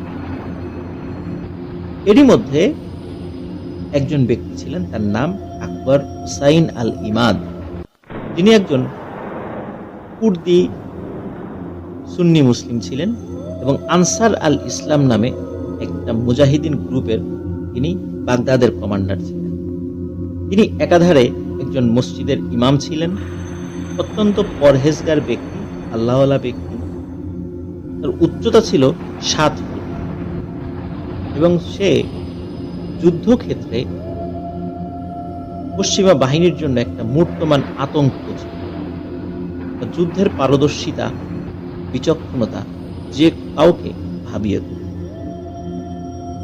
এই আকবর হুসাইন আল ইমাদ, তার নেতৃত্বে আনসার আল ইসলামের যে দৌরাত্ম্য, যার কারণে ব্র্যান্ডন গ্রিন কিছুতেই বাগদাদে স্থিতিশীল পরিবেশ বজায় রাখতে পারছিলেন না। ব্র্যান্ডন গ্রিনের উপরে আমেরিকান সেনাবাহিনী সহ পেন্টাগনের একটি বিশাল চাপ ছিল, যে কোনো মূল্যে বাগদাদকে স্থিতিশীল। সেই প্রক্রিয়ার অংশ হিসেবে ব্র্যান্ডন গ্রিন সে আকবর হুসাইন আল ইমাদকে আলোচনার টেবিলে আসতে বলেন, কিন্তু আকবর হুসাইন আল ইমাদ তিনি তাদের কথা বিশ্বাস করেছিলেন। কিন্তু দীর্ঘ আলোচনা বা দূত মারফত বিভিন্ন তথ্য আদান প্রদানের পর একসময় আকবর হুসাইন আল ইমাদ তিনি আলোচনায় বসতে রাজি হন। তাদেরকে আলোচনায় নিয়ে আসার জন্য একটি জায়গা নির্ধারণ করা হয়। শুরুর দিকে ভালোই আলোচনা চলছিল, কিন্তু কে জানে তাদের ভাগ্যে কি ভয়ানক পরিণতি হবে। আসলে তাদেরকে ডেকে আনা হয়েছিল হত্যা করার উদ্দেশ্যে, এবং সত্য আলোচনার একটি পর্যায়ে তাদেরকে হত্যা করা হয়। আকবর হুসাইন আল ইমাদ তিনি সহ মোট 8 জন ব্যক্তি ছিলেন। তাদের প্রত্যেককেই নির্মমভাবে হত্যা করা হয়। তারা কিছু বুঝে ওঠার আগেই তাদেরকে হত্যা করা হয় এবং নিরস্ত্র অবস্থায় তাদেরকে ভয়ানক প্রতারণার শিকার হন তারা। এভাবে একজন আল্লাহওয়ালা পরহেজগার একজন মুসলিম যোদ্ধার শাহাদাত হয়ে যায়। মূলত আজকের এই ঘটনাটি এর পর থেকে শুরু। এই ঘটনার কয়েকদিন পর থেকে বাগদাদের বিভিন্ন ক্যাম্পে, মানে ইউএস আর্মির যে ক্যাম্পগুলো রয়েছে সেখানে অদ্ভুত কিছু বিষয় ঘটতে দেখা যায়। এমনিতেই ডিসেম্বর মাস, শীতকাল ছিল, তো রাতের বেলা হঠাৎ করে ভয়ানক টেম্পারেচার ড্রপ, মাইনাসের নিচেও তাপমাত্রা চলে যায়, যেটা ওই জায়গার প্রেক্ষাপটে অস্বাভাবিক ছিল। আবার কখনো কখনো টেম্পারেচার হাই হয়ে যায়। শীতকালে কিন্তু টেম্পারেচার হাই হওয়ার কথা নয়, কিন্তু সেখানে শোনা যায় অনেক অদ্ভুত অদ্ভুত বিষয়গুলো তারা দেখত, কিন্তু সেগুলো কখনো বাইরে প্রকাশিত হতো না। এর মধ্যে হঠাৎ করে এডওয়ার্ড সিনসি গভীর রাতে ব্র্যান্ডন গ্রিনকে ওয়্যারলেস মেসেজ পাঠান, তাদের ক্যাম্প অদ্ভুত আক্রমণের শিকার হয়েছে। কে আক্রমণ করছে তারা কেউ দেখতে পারছে না, কিন্তু বিভিন্ন সোলজাররা তারা একটা গুলি করার আগেই, মানে তাদের রাইফেল থেকে একটি গুলি করার আগেই তারা মারা যাচ্ছে, দেহ ছিন্ন ভিন্ন হয়ে যাচ্ছে। ভয়ানক কিছু শব্দ শোনা যাচ্ছে, এগুলো কামানের আওয়াজও নয়, আবার গুলির আওয়াজও নয়। এগুলো যে আসলে কি ধরনের আগ্নেয়াস্ত্রের আওয়াজ, এটিও এডওয়ার্ড সিনসি বুঝতে পারছেন না, এবং সেটি ব্র্যান্ডন গ্রিনকে জানান। ব্র্যান্ডন গ্রিন তার স্থানীয় যে দোসর মুস্তাকিম মেহনাজ, তো তাকে সাথে নিয়ে, কারণ ওই সময় সে ওই ক্যাম্পেই ছিল, তাকে সাথে নিয়ে তারা বের হয়ে যান। দূরত্ব প্রায় 30 থেকে 40 কিলোমিটার ছিল। সবচেয়ে দ্রুতগামী যানবাহন নিয়ে তারা সেখান থেকে যাত্রা শুরু করেন এবং মোটামুটি অল্প সময়ের মধ্যেই সেখানে পৌঁছে যান। এখানে পৌঁছে গিয়ে তারা ভয়ানক একটা দৃশ্য দেখে। তারা দেখতে পান ওই ক্যাম্পে থাকা 18 জন শীর্ষ কমান্ডার সহ প্রায় 250 আমেরিকান সোলজার তারা নিহত হয়েছে, তাদের দেহ ছিন্ন ভিন্ন হয়ে পড়ে আছে। মনে হচ্ছে আগুন দিয়ে জ্বালিয়ে তাদেরকে ঝলসে দেওয়া হয়েছে, কিন্তু ওই ক্যাম্পে যুদ্ধের কোনো চিহ্নই নেই। এবং ওইখানে যাওয়ার সাথে সাথে ব্র্যান্ডন গ্রিন এবং মুস্তাকিম মেহনাজ তারা দেখতে পান যে প্রায় 20 থেকে 25 ফুট উচ্চতার অসংখ্য মানুষ, সংখ্যায় তারা শত শত বলা যাবে না, হাজার হাজারও বলা যাবে না, লক্ষ লক্ষ, কোথা থেকে এলো এরা? তাদের শরীরে কিন্তু যুদ্ধের কোনো জিনিস নেই, মানে কোনো আগ্নেয়াস্ত্র নেই, তাদের সাথে কোনো অস্ত্র নেই, এবং তাদের পোশাকও কিন্তু মিলিটারি পোশাক নয়, মনে হচ্ছে সাদা জুব্বা পরা এরকম। এত লম্বা মানুষদেরকে দেখে, এবং এত লম্বা মানুষ এবং সাথে লক্ষ লক্ষ, এদেরকে দেখে ব্র্যান্ডন গ্রিন ওইখানেই সেন্সলেস হয়ে পড়ে গিয়েছিলেন। এবং ওই মানুষদেরকে প্রত্যেকেই দেখেছিলেন যারা ব্র্যান্ডন গ্রিনের সাথে গিয়েছিলেন, তার মধ্যে মুস্তাকিম মেহনাজও একজন। ব্র্যান্ডন গ্রিনকে এখান থেকে দ্রুত সরিয়ে ফেলা হয় এবং ওইখানে তারা একটি গুলিও করার সাহস করেনি। একটি গুলি না করে ওখান থেকে তারা ফেরত চলে আসে। এবং আরো একটি বিষয়, যে এই ঘটনার সবচাইতে বড় আকর্ষণ, তারা যখন ওখানে যায় তখন দেখে এই লক্ষ লক্ষ মানুষের একদম সামনে যেই ব্যক্তিটি দাঁড়িয়ে আছেন, তিনি আর কেউ নন, আকবর হুসাইন আল ইমাদ, যাকে প্রতারণা করে হত্যা করা হয়েছে। মূলত তাকে দেখেই ব্রেন্ডন গ্রিন সেন্সলেস হয়ে পড়ে যায়, কারণ তাকে তো হত্যা করা হবে, সে কিভাবে এখানে আসবে এবং এত উচ্চতা বিশিষ্ট মানুষ কিভাবে সম্ভব? তার উচ্চতা ছিল 7 ফুট। এটাও একজন স্বাভাবিক মানুষের জন্য অনেক অনেক বেশি উচ্চতা, তারপরেও কিভাবে এটা সম্ভব? প্রিয় লিসেনার্স, এই ঘটনার কোনো ব্যাখ্যা আসলে তাদের কাছে ছিল না। যদিও বা সেই ঘটনার ব্যাখ্যা হয়তোবা আমরা দিতে পারবো, হয়তোবা এই যারা এসেছিল লক্ষ লক্ষ মানুষ বেশে যারা এসেছিল তারা আসলে তো কোনো মানুষ নয়। তারা অবশ্যই জিন সম্প্রদায়ের কেউ ছিলেন, অথবা আল্লাহ তাআলার তরফ থেকে আল্লাহ ফেরেশতা পাঠিয়েছেন। মৃত মানুষ কখনো ফেরত আসতে পারে না, আমরা জানি। হয়তোবা কোনো জিন তার সুরত ধরে তাদের সামনে দেখা দিয়েছে। এটি ওই সময় 2003 সালের ডিসেম্বরে বাগদাদে আলোচিত একটি ঘটনা ছিল। পরবর্তীতে এই মুস্তাকিম মেহনাজ ইনি প্রণাম সিংকে এই ঘটনাটি বলেছেন এবং তার বহুদিন পরে প্রণাম সিং এর মাধ্যমে শুভঙ্কর দত্ত ঘটনাটি জানতে পারেন এবং এই ঘটনাটি আমরা আপনাদের সামনে উপস্থাপন করি। আমরা জানি না এই ঘটনাটি আগে কোথাও কোনোভাবে প্রকাশিত হয়েছে, আমার ধারণা প্রকাশিত হয়নি।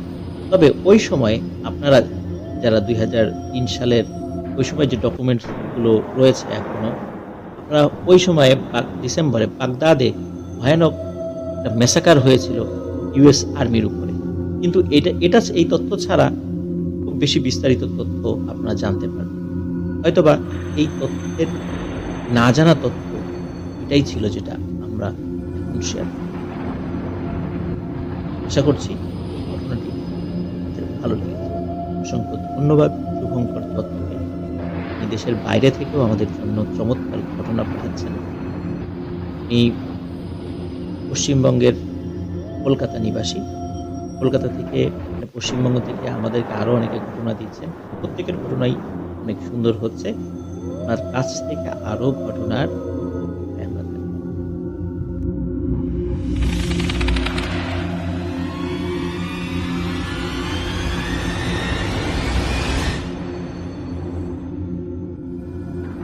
আবারও স্বাগতম জানাচ্ছি প্রিয় লিসেনার্স আমাদের হ্যালোইন স্পেশাল এপিসোডের এবারের আয়োজনের শেষ। এবারের ঘটনাটি বেশ অদ্ভুত, আর এবারের ঘটনাটিও আমাদেরকে পাঠিয়েছেন কলকাতা থেকে শুভঙ্কর দত্ত। এবারের ঘটনাটি ভারতের মহারাষ্ট্র রাজ্যের ঔরঙ্গাবাদ জেলার একটি ঘটনা। ঘটনাটি খুবই অদ্ভুত, রহস্যময়। আমি এমন ঘটনা ইতিপূর্বে কমই শুনেছি বলা চলে। আশা করছি আপনাদেরও ভালো লাগবে। ঘটনাটির সময়কাল 1988 সাল, জুন কি জুলাই মাসের দিকে হবে। ঘটনাটি যিনি শুভঙ্কর দত্তকে দিয়েছেন তার নাম হচ্ছে জাকিব হোসেন। জাকিব হোসেন তিনি শুভঙ্কর দত্তের কলিগ, আর তার মাধ্যমে এই ঘটনাটি শুভঙ্কর দত্ত পেয়েছেন। জাকিব হোসেনের বাড়ি ওই ঔরঙ্গাবাদ জেলাতে, যার কারণে এই ঘটনাটি তিনি শুভঙ্কর দত্তকে বলতে পেরেছেন। আর এখন যে ঘটনাটি বলছি এটি কিন্তু ঔরঙ্গাবাদ জেলার বহুল প্রচলিত এবং অনেকেরই জানা একটি ঘটনা। ওই জেলাতে খুব নামকরা এবং সম্ভ্রান্ত একটি মুসলিম পরিবার বসবাস করতেন, আর ওনার নাম ছিলেন মোহাম্মদ সাদিক। মোহাম্মদ সাদিক ঔরঙ্গাবাদ জেলার প্রায় 6টা রাইস মিলের মালিক ছিলেন। ওনার স্ত্রী আসমা বেগম।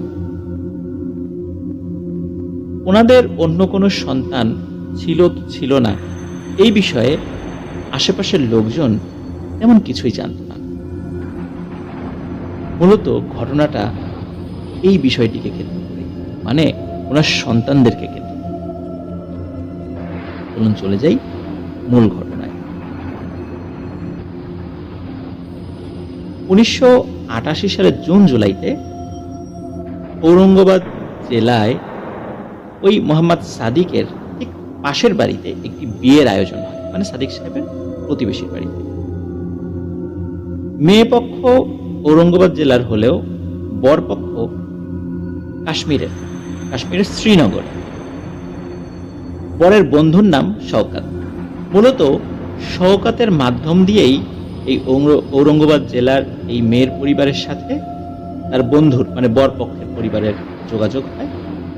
যেহেতু শওকাত মাঝে মধ্যেই ঔরঙ্গাবাদ জেলাতে আসতো এবং আসার কারণে এই পরিবারের সাথে, শুধু এই পরিবারই নয়, মোহাম্মদ সাদিক এবং আসমা বেগমকেও তিনি চিনতেন। যাই হোক, রাত প্রায় 10:30 বাজে। বিয়ের অনুষ্ঠান কিন্তু চলছিল। আর ঔরঙ্গাবাদ জেলাতে যেটি হয় সেটি হচ্ছে যে সাধারণত বিয়ের অনুষ্ঠানগুলো 5 দিন, 6 দিন, 7 দিন, এরকম আরো কয়েকদিন বেশিও হয় আর কি। এটা সেখানকার একটি ঐতিহ্য। আর মহারাষ্ট্রে কিন্তু অসংখ্য ঐতিহাসিক নিদর্শন রয়েছে, যেমন অজন্তা ইলোরা গুহাচিত্র, তারপর আরো বেশ কিছু জায়গা রয়েছে। এর মধ্যে দুটো জায়গা মুসলিমরা যেখানে খুব মানে বেশি সংখ্যায় এবং অনেক সম্ভ্রান্ত মুসলিম পরিবার সেখানে বসবাস করে, এর মধ্যে একটা হলো ঔরঙ্গাবাদ, একটা হলো ওসমানাবাদ।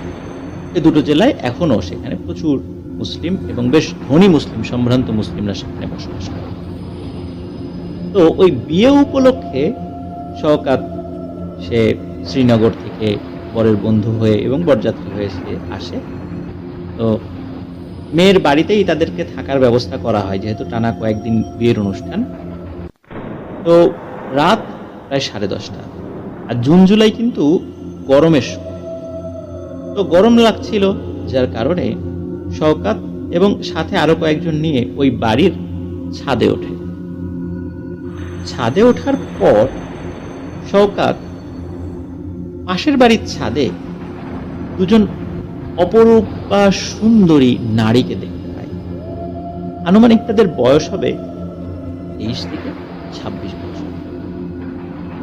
ছাদে অন্ধকার থাকলেও অন্ধকারের মধ্যেই ওই দুজন নারীকে এবং ওই দুজন নারীর চেহারা শওকাত দেখতে পাচ্ছিলেন। এত সুন্দর দুজন নারীকে দেখে শওকাত পাশে মানে থাকা আরো যে কয়েকজন মানুষ আছে তাদেরকে জিজ্ঞাসা করেন, আচ্ছা এটা সাদিক সাহেবের বাসা না? তখন সবাই বলে, হ্যাঁ এটা তো সাদিক সাহেবের বাসা। বলে ওনার যে বাড়িতে উনি এবং ওনার স্ত্রী ছাড়াও আরো যে মানুষ আছে তা তো আমি আগে জানতাম না, আমি তো এর আগেও এখানে একাধিকবার এসেছি, আর আমার জানা মতে তো ওনাদের কোনো সন্তানাদিও নেই। তো এরা কারা এত রাত্রে? দেখে তো কোনো কাজের লোক বা এরকম কিছু মনে হচ্ছে না। তাদের পোশাক আশাক, চেহারাতে খুবই আভিজাত্যের ছাপ দেখা যাচ্ছে। তখন পাশের যারা ছিল তারা তাদের এই শওকাতের কথা শুনে অট্টহাসি দিয়ে ওঠে। বলে, তুমি ছাদে মানুষ দেখতে পাচ্ছ কোথায়? এখানে কেউ নেই, আমরা তো এখানে আছি, কই আমরা তো এই ছাদে কিছু দেখতে পাচ্ছি না। শওকাত বলে, কই এই যে আমি দেখতে পাচ্ছি। সবাই বলে যে বিয়ে বাড়িতে খাবার দাবার বেশি খেয়ে তোমার মনে হয় মাথা টাথা নষ্ট হয়ে গেছে আর চোখে উল্টা পাল্টা দেখো, যাও গিয়ে ঘুমাও, সুন্দর করে একটা ঘুম দাও, সকালে উঠে দেখবা সব ঠিক হয়ে গেছে। যাই হোক, শওকাত নিচে চলে যায়, কিন্তু তার মাথার মধ্যে একটি বিষয় বারবার ঘুরপাক খায়। এটি হচ্ছে সাদিক সাহেবের বাড়িতে কেউ থাকে না।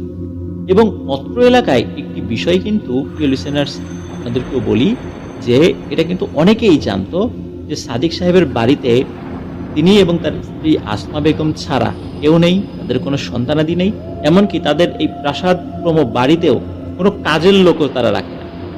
কেউ যদি জিজ্ঞাসা করে যে আপনাদের বাড়িতে কাজের লোক নেই কেন, ওনারা উত্তর দিতেন যে আমরা নিজেরাই এটা পরিষ্কার করি, এই কারণে কোনো কাজের লোক রাখে। যাই হোক,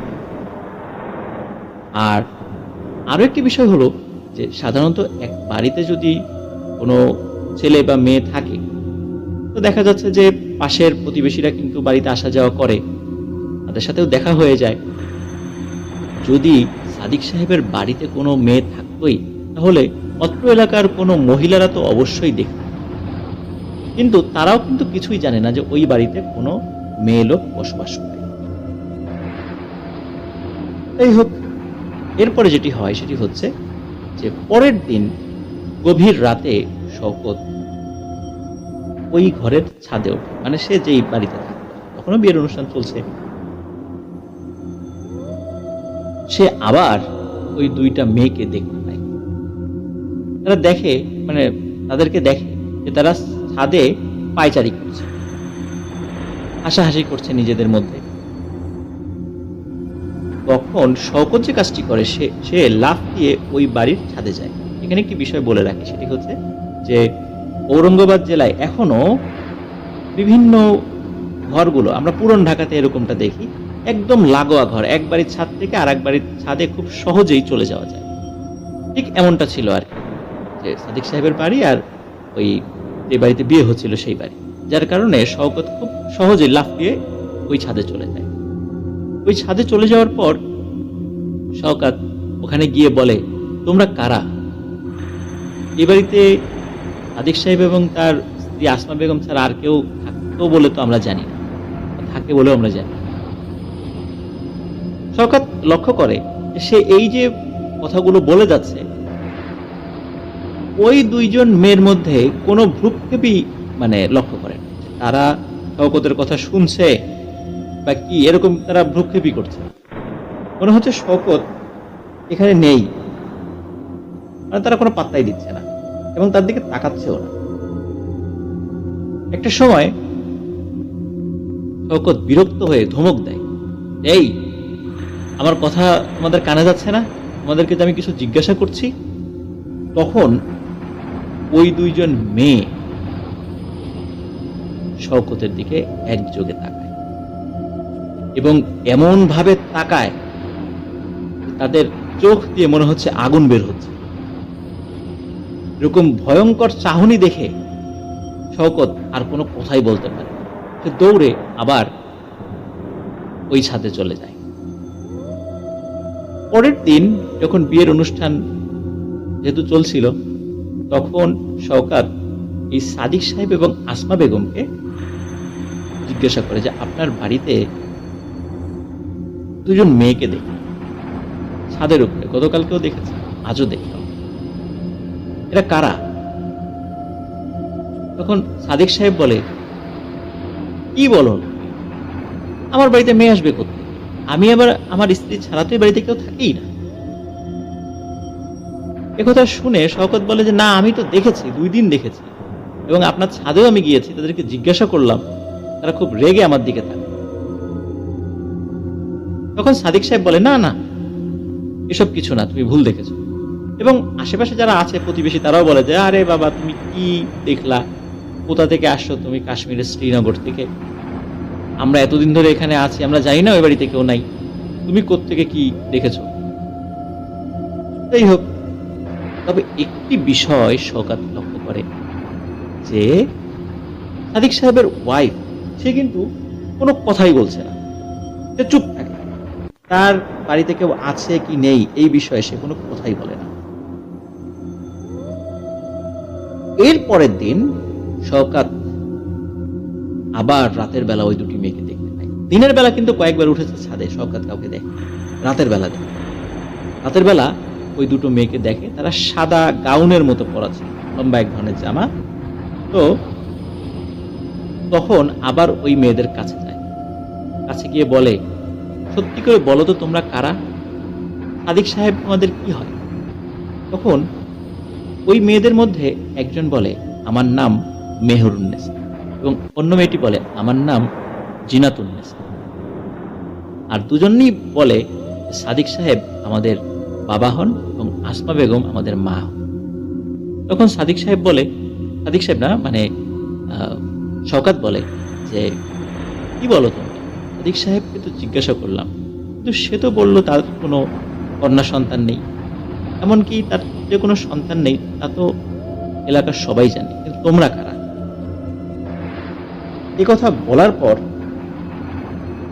ওই দুইজন বলে ওঠে যে আমরা আমাদেরকে দেখতে চাও ভালো করে, বা আমাদের পরিচয় চাও, এই বলে দুজন হেসে দেয়।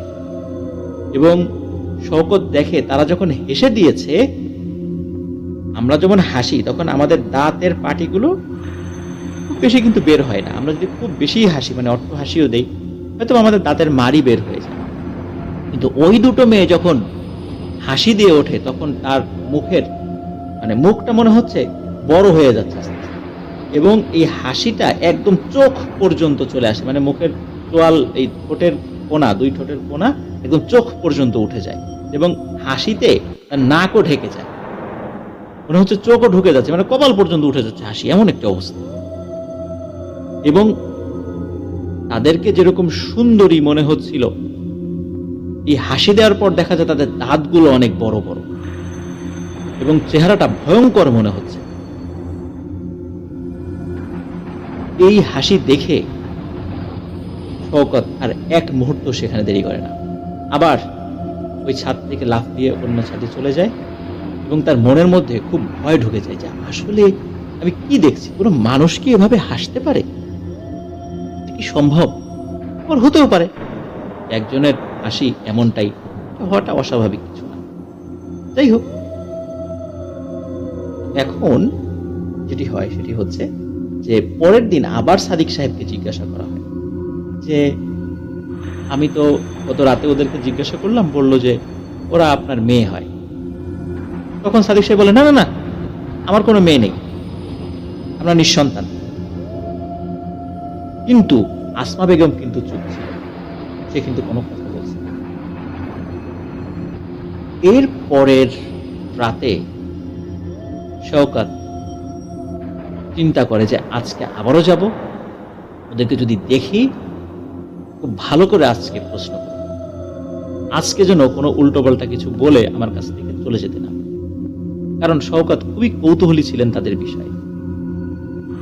পরের দিন সত্যি রাতের বেলা, রাত প্রায় যখন 12টার পরে, ওই দুটো মেয়েকে ছাদে দেখতে পায় শওকত। মানে এশার নামাজের পর থেকে অপেক্ষা করছিল।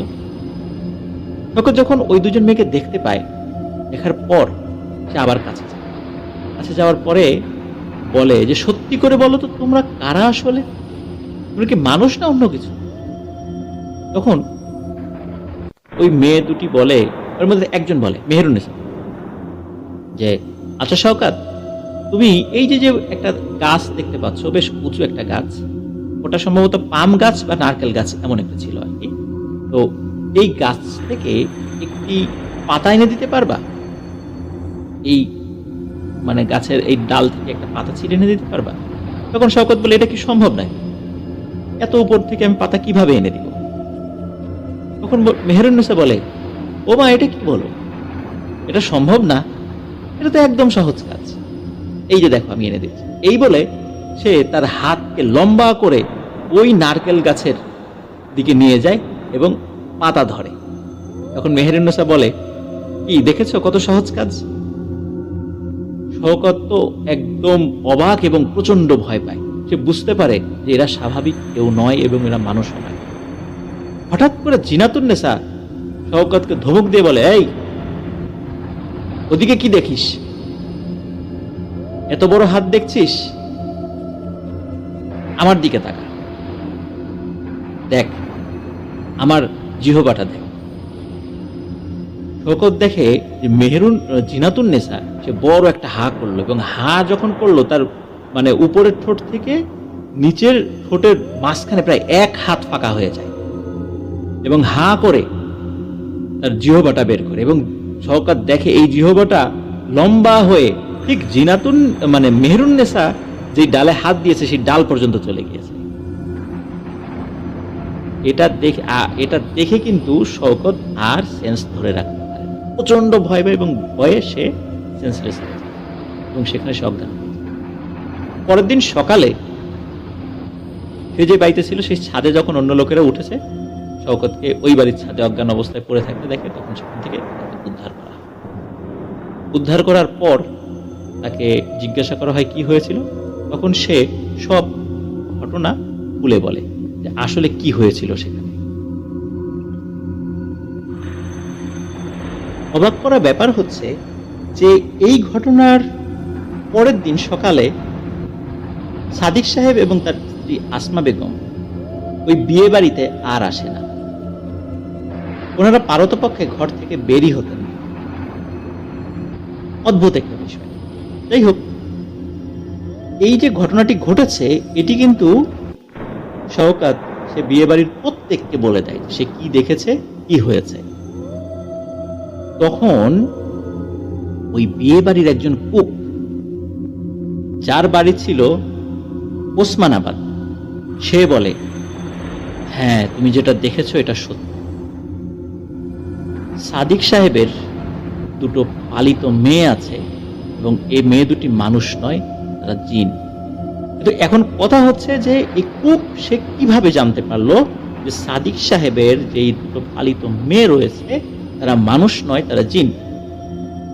এখানেই মূলত আসল ব্যাপার লুকায়। সেটি হচ্ছে সাদিক সাহেব উনি বিবাহ করেন আসমা বেগমকে 1957 সালে। বিয়ে করার পর দীর্ঘ 10 বছর 15 বছর হয়ে যায়, কিন্তু তাদের কোনো সন্তান হয় না। তারা একটা সন্তানের আশায় বহু চেষ্টা করেছে। ওই সময়ে যত উন্নত চিকিৎসা ছিল তারা সেটাই গ্রহণ করার চেষ্টা করেছে, কিন্তু প্রত্যেকবার তারা ব্যর্থ হয়েছে। একটা সময় ওই ওসমানাবাদের একজন খুব ভালো বুজুর্গ পরহেজগার ব্যক্তির শরণাপন্ন হন তারা। তখন ওই ব্যক্তির কাছে সাদিক সাহেব এবং তার স্ত্রী আসমা বেগম তাদের মনের কষ্টের কথা বলেন এবং বলেন যে আমাদের এত সহায় সম্পত্তি, কি হবে এগুলো দিয়ে? আমরা মারা গেলে এগুলো কে দেখবে? আর আমরা কি কখনো মা বাবা ডাক শুনতে পাবো না? আমরা কি এভাবে একা একাই থাকবো? তখন ওই বুজুর্গ ব্যক্তি উনি কিছুক্ষণ চুপ থাকেন এবং বলেন যে না, তোমাদেরকে একা থাকতে হবে না। তোমাদের বৃদ্ধ বয়সে কে দেখবে না দেখবে এটা নিয়েও তোমাদের ভাবতে হবে না। আল্লাহ তাআলা চাহেন তো তোমাদেরকে আমি দুজন লোক দিচ্ছি যারা তোমাদের সন্তান হয়েই থাকবে, তোমাদেরকে মা বাবা বলে ডাকবে যতদিন তোমরা জীবিত থাকবা, এবং আল্লাহ যদি তাদেরও হায়াত রাখে তো তারা তোমাদের সাথেই থাকবে। সুতরাং এটা নিয়ে তোমাদের ভাবনার কিছু নাই, তবে এই বিষয়টি কাউকে বলো না, গোপন রেখো। তো যাই হোক, এরপরেই দুজন মেয়ে জিনকে ওই বুজুর্গ ব্যক্তি নির্দেশ দেন, তোমরা এই দুইজন মানুষ যাদের সন্তানাদি নেই, তাদের সন্তান হয়ে তারা যতদিন জীবিত থাকবে তোমরা তাদের খেদমত করবে। এবং তারা বুজুর্গ ব্যক্তির কথা মেনে নেয় এবং সেই অনুযায়ী চলতে থাকে। এর মধ্যে কি হয়, ওই ওসমানাবাদ থেকে একজন খুব ধনাঢ্য একজন ব্যবসায়ী এবং খুব প্রভাবশালী প্রতাপশালী এবং সে মানুষ হিসাবে খুব বেশি সুবিধারও না, মানে মাস্তান গোছের আর কি, সে কোনোভাবে বাড়ির ছাদে এই ঔরঙ্গাবাদের এই সাদিক সাহেবের বাড়ির ছাদে ওই দুটো মেয়েকে দেখে ফেলে। আর দুজন সন্তান ছিল, মানে ছেলে সন্তান। সে সাদিক সাহেবকে বলে এই মেয়ে দুটোর সাথে আমার দুই সন্তানকে বিবাহ দাও। সাদিক সাহেব বলে না না, আমার তো কোনো মেয়ে নেই। কিন্তু বলে না, তুমি এভাবে মিথ্যা বলবা না, তোমার দুজন মেয়ে আছে, আমার দুটো ছেলের সাথে তোমার এই দুই মেয়েকে বিয়ে দিতেই হবে। তখন সাদিক সাহেব পড়ে যান এক বিশাল বিপদ। কারণ হচ্ছে এই লোকটি যেমন প্রভাবশালী, সে চাইলে সাদিক সাহেবের অনেক ক্ষতি করতে পারে। এখন কি করবে? এখন তো খুব একটা বিপদে পড়ে গেল, এবং সে এমনভাবে হুমকিও দিয়েছে যদি আমার দুই ছেলের সাথে এই দুই মেয়েকে বিয়ে না দাও তাহলে তোমার কিন্তু অনেক ক্ষয়ক্ষতি হবে। এমত অবস্থায় সাদিক সাহেব উনি সেই বুজুর্গ ব্যক্তির কাছে আবারও যান এবং গিয়ে এই সমস্যার কথা তুলে ধরেন যে আপনি তো আমার দুই মেয়ের বিষয়ে কাউকে বলতে নিষেধ করেছেন, কিন্তু এখন উনি তো দেখে ফেলেছে, এখন উনি এই ধরনের সমস্যার সৃষ্টি করছে, এখন আমি কি করতে পারি? তখন ওই বুজুর্গ ব্যক্তি বলেন তোমার কোনো চিন্তা নেই, ওই দুই মেয়েকে যখন সে দেখে ফেলেছে তোমার কোনো ক্ষতি হবে না, ক্ষতি যা হওয়ার ওদেরই হবে, তুমি বিয়েতে রাজি হয়ে যাও এবং দুই মেয়েকে বিয়ে দিয়ে দাও ওই দুই ছেলের সাথে, তারপর যা হবে সেটা তুমি দেখতে থাকো। যাই হোক, সাদিক সাহেব রাজি হয়ে যান, 2 মেয়েকে বিয়ে দিয়ে দেন। কিন্তু এই 2 মেয়ের বিয়ে কিন্তু উনি এখানে দেননি, উনি দিয়েছিলেন সেই ওসমানাবাদকে দিয়েছিলেন, যাতে করে স্থানীয় লোকজন মানে ঔরঙ্গাবাদের এখানকার কেউ যেন সেটা জানতে না পারে, কারণ তার যে 2 মেয়ে আছে সেটা তো অনেকেই জানেই না। তো যাই হোক, ওখানে নিয়ে গিয়ে বিয়ে দেন। ভয়ানক ঘটনা যেটি ঘটে সেটি হচ্ছে যে বিয়ের রাতেই এক ছেলে, ওই যে প্রভাবশালী ব্যক্তি, ওই এক ছেলে সে ইলেকট্রিক শক খেয়ে মর্মান্তিকভাবে মৃত্যুবরণ করে, এবং আর এক ছেলে ওই বিয়ের রাতেই হার্ট অ্যাটাক করে মারা যায়। ভয়ানক এই ঘটনার পর ওই পরিবারের লোকজন খুব ভীত হয়ে পড়ে। এরপরে মানে পরের দিন সকালে ওই 2 মেয়েকে তারা বাবার বাড়িতে পাঠিয়ে দেয়। তারাও এই বিষয়টি কাউকে সহজে বলতে চায়নি। এরপরে যে ঘটনা ঘটে সেটা আরো ভয়ানক। এরপর যেটি হয় সেটি হচ্ছে ওই যে পরিবার 2 মেয়েকে জোর করে বিয়ে করতে বাধ্য করেছিল, ওই পরিবারের একজন করে মানুষ অপঘাতে মৃত্যুবরণ করতে শুরু করে। কেউ কেউ গুম হয়ে যায়, হারিয়ে যায়। এইভাবে ওই পরিবার একদম অল্প কিছুদিনের মধ্যে নিশ্চিহ্ন হয়ে যায়। শোনা যায় এখনো ওসমানাবাদে ওই পরিবারের ঘরবাড়ি বিরান হয়ে পড়ে আছে, সবাই ভয় পায় ওই ঘরবাড়ি দেখতে। যাই হোক, এই বিষয়টি ওই কুক জানতেন। ওই কুক ওসমানাবাদ থেকে এসেছিলেন, আর দীর্ঘদিন সে ঔরঙ্গাবাদে আসেনি। সাদিক সাহেবকে দেখে তিনি চিনতে পেরেছিলেন, কিন্তু বিষয়টি যেহেতু খুব ভয়ানক একটি বিষয়, তিনি যদি আবার কাউকে বলেন তাহলে হতে পারে তারও অনেক বড় ক্ষতি হবে। এই কারণে তিনি বিষয়টি কাউকে বলেননি। কিন্তু যখন শওকত বারবার এই বিষয়টি উপস্থাপন করছিল এবং সর্বশেষ এরকম একটি ঘটনা ঘটে, যার ফলে কুক সেটি বলেন। প্রিয় লিসেনার্স, সাদিক সাহেব এবং আসমা বেগম তারা মারা গিয়েছেন। তারা মারা গিয়েছেন 1990-92 সালের দিকে হবে। এরপরে ওই 2 জন মেয়েকেও আর কখনো কেউ দেখেনি। তার একজনের নাম ছিল মেহেরুন্নেসা, আর একজনের নাম ছিল জিনাতুন্নেসা। ঘটনাটি মহারাষ্ট্র রাজ্যের ঔরঙ্গাবাদ এলাকার অনেকেই জানে। আর এই ঘটনাটি আমাদেরকে পাঠিয়েছেন তিনি ইতোমধ্যে বেশ কয়েকটি ঘটনা আমাদেরকে কিন্তু বলেছেন। শুভঙ্কর মারিদ জিনের ঘটনা আমাদের অনেক ভালো লেগেছিল, আর এইবার হ্যালোইন স্পেশাল এপিসোডে কিন্তু তার 2টো ঘটনা আমরা শেয়ার করলাম। আশা করছি তিনি আরো ঘটনা আমাদেরকে পাঠাবেন। সকলে তার জন্য দোয়া করবেন, কারণ তিনি দোয়া চেয়েছেন, আর আমরাও দোয়া করি তিনি ভালো থাকুন, সুস্থ থাকুন এবং আরো ঘটনা আমাদেরকে পাঠান। তো প্রিয় লিসেনার্স, এটি ছিল আমাদের হ্যালোইন স্পেশাল এপিসোড।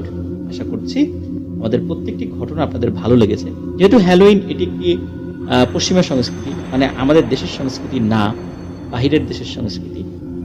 আর আরো মজার বিষয় হচ্ছে যে হ্যালোইন স্পেশাল এপিসোড উপলক্ষে আমরা বেশি ঘটনাও পেয়েছি আমাদের দেশের বাহিরের বন্ধুদের কাছে।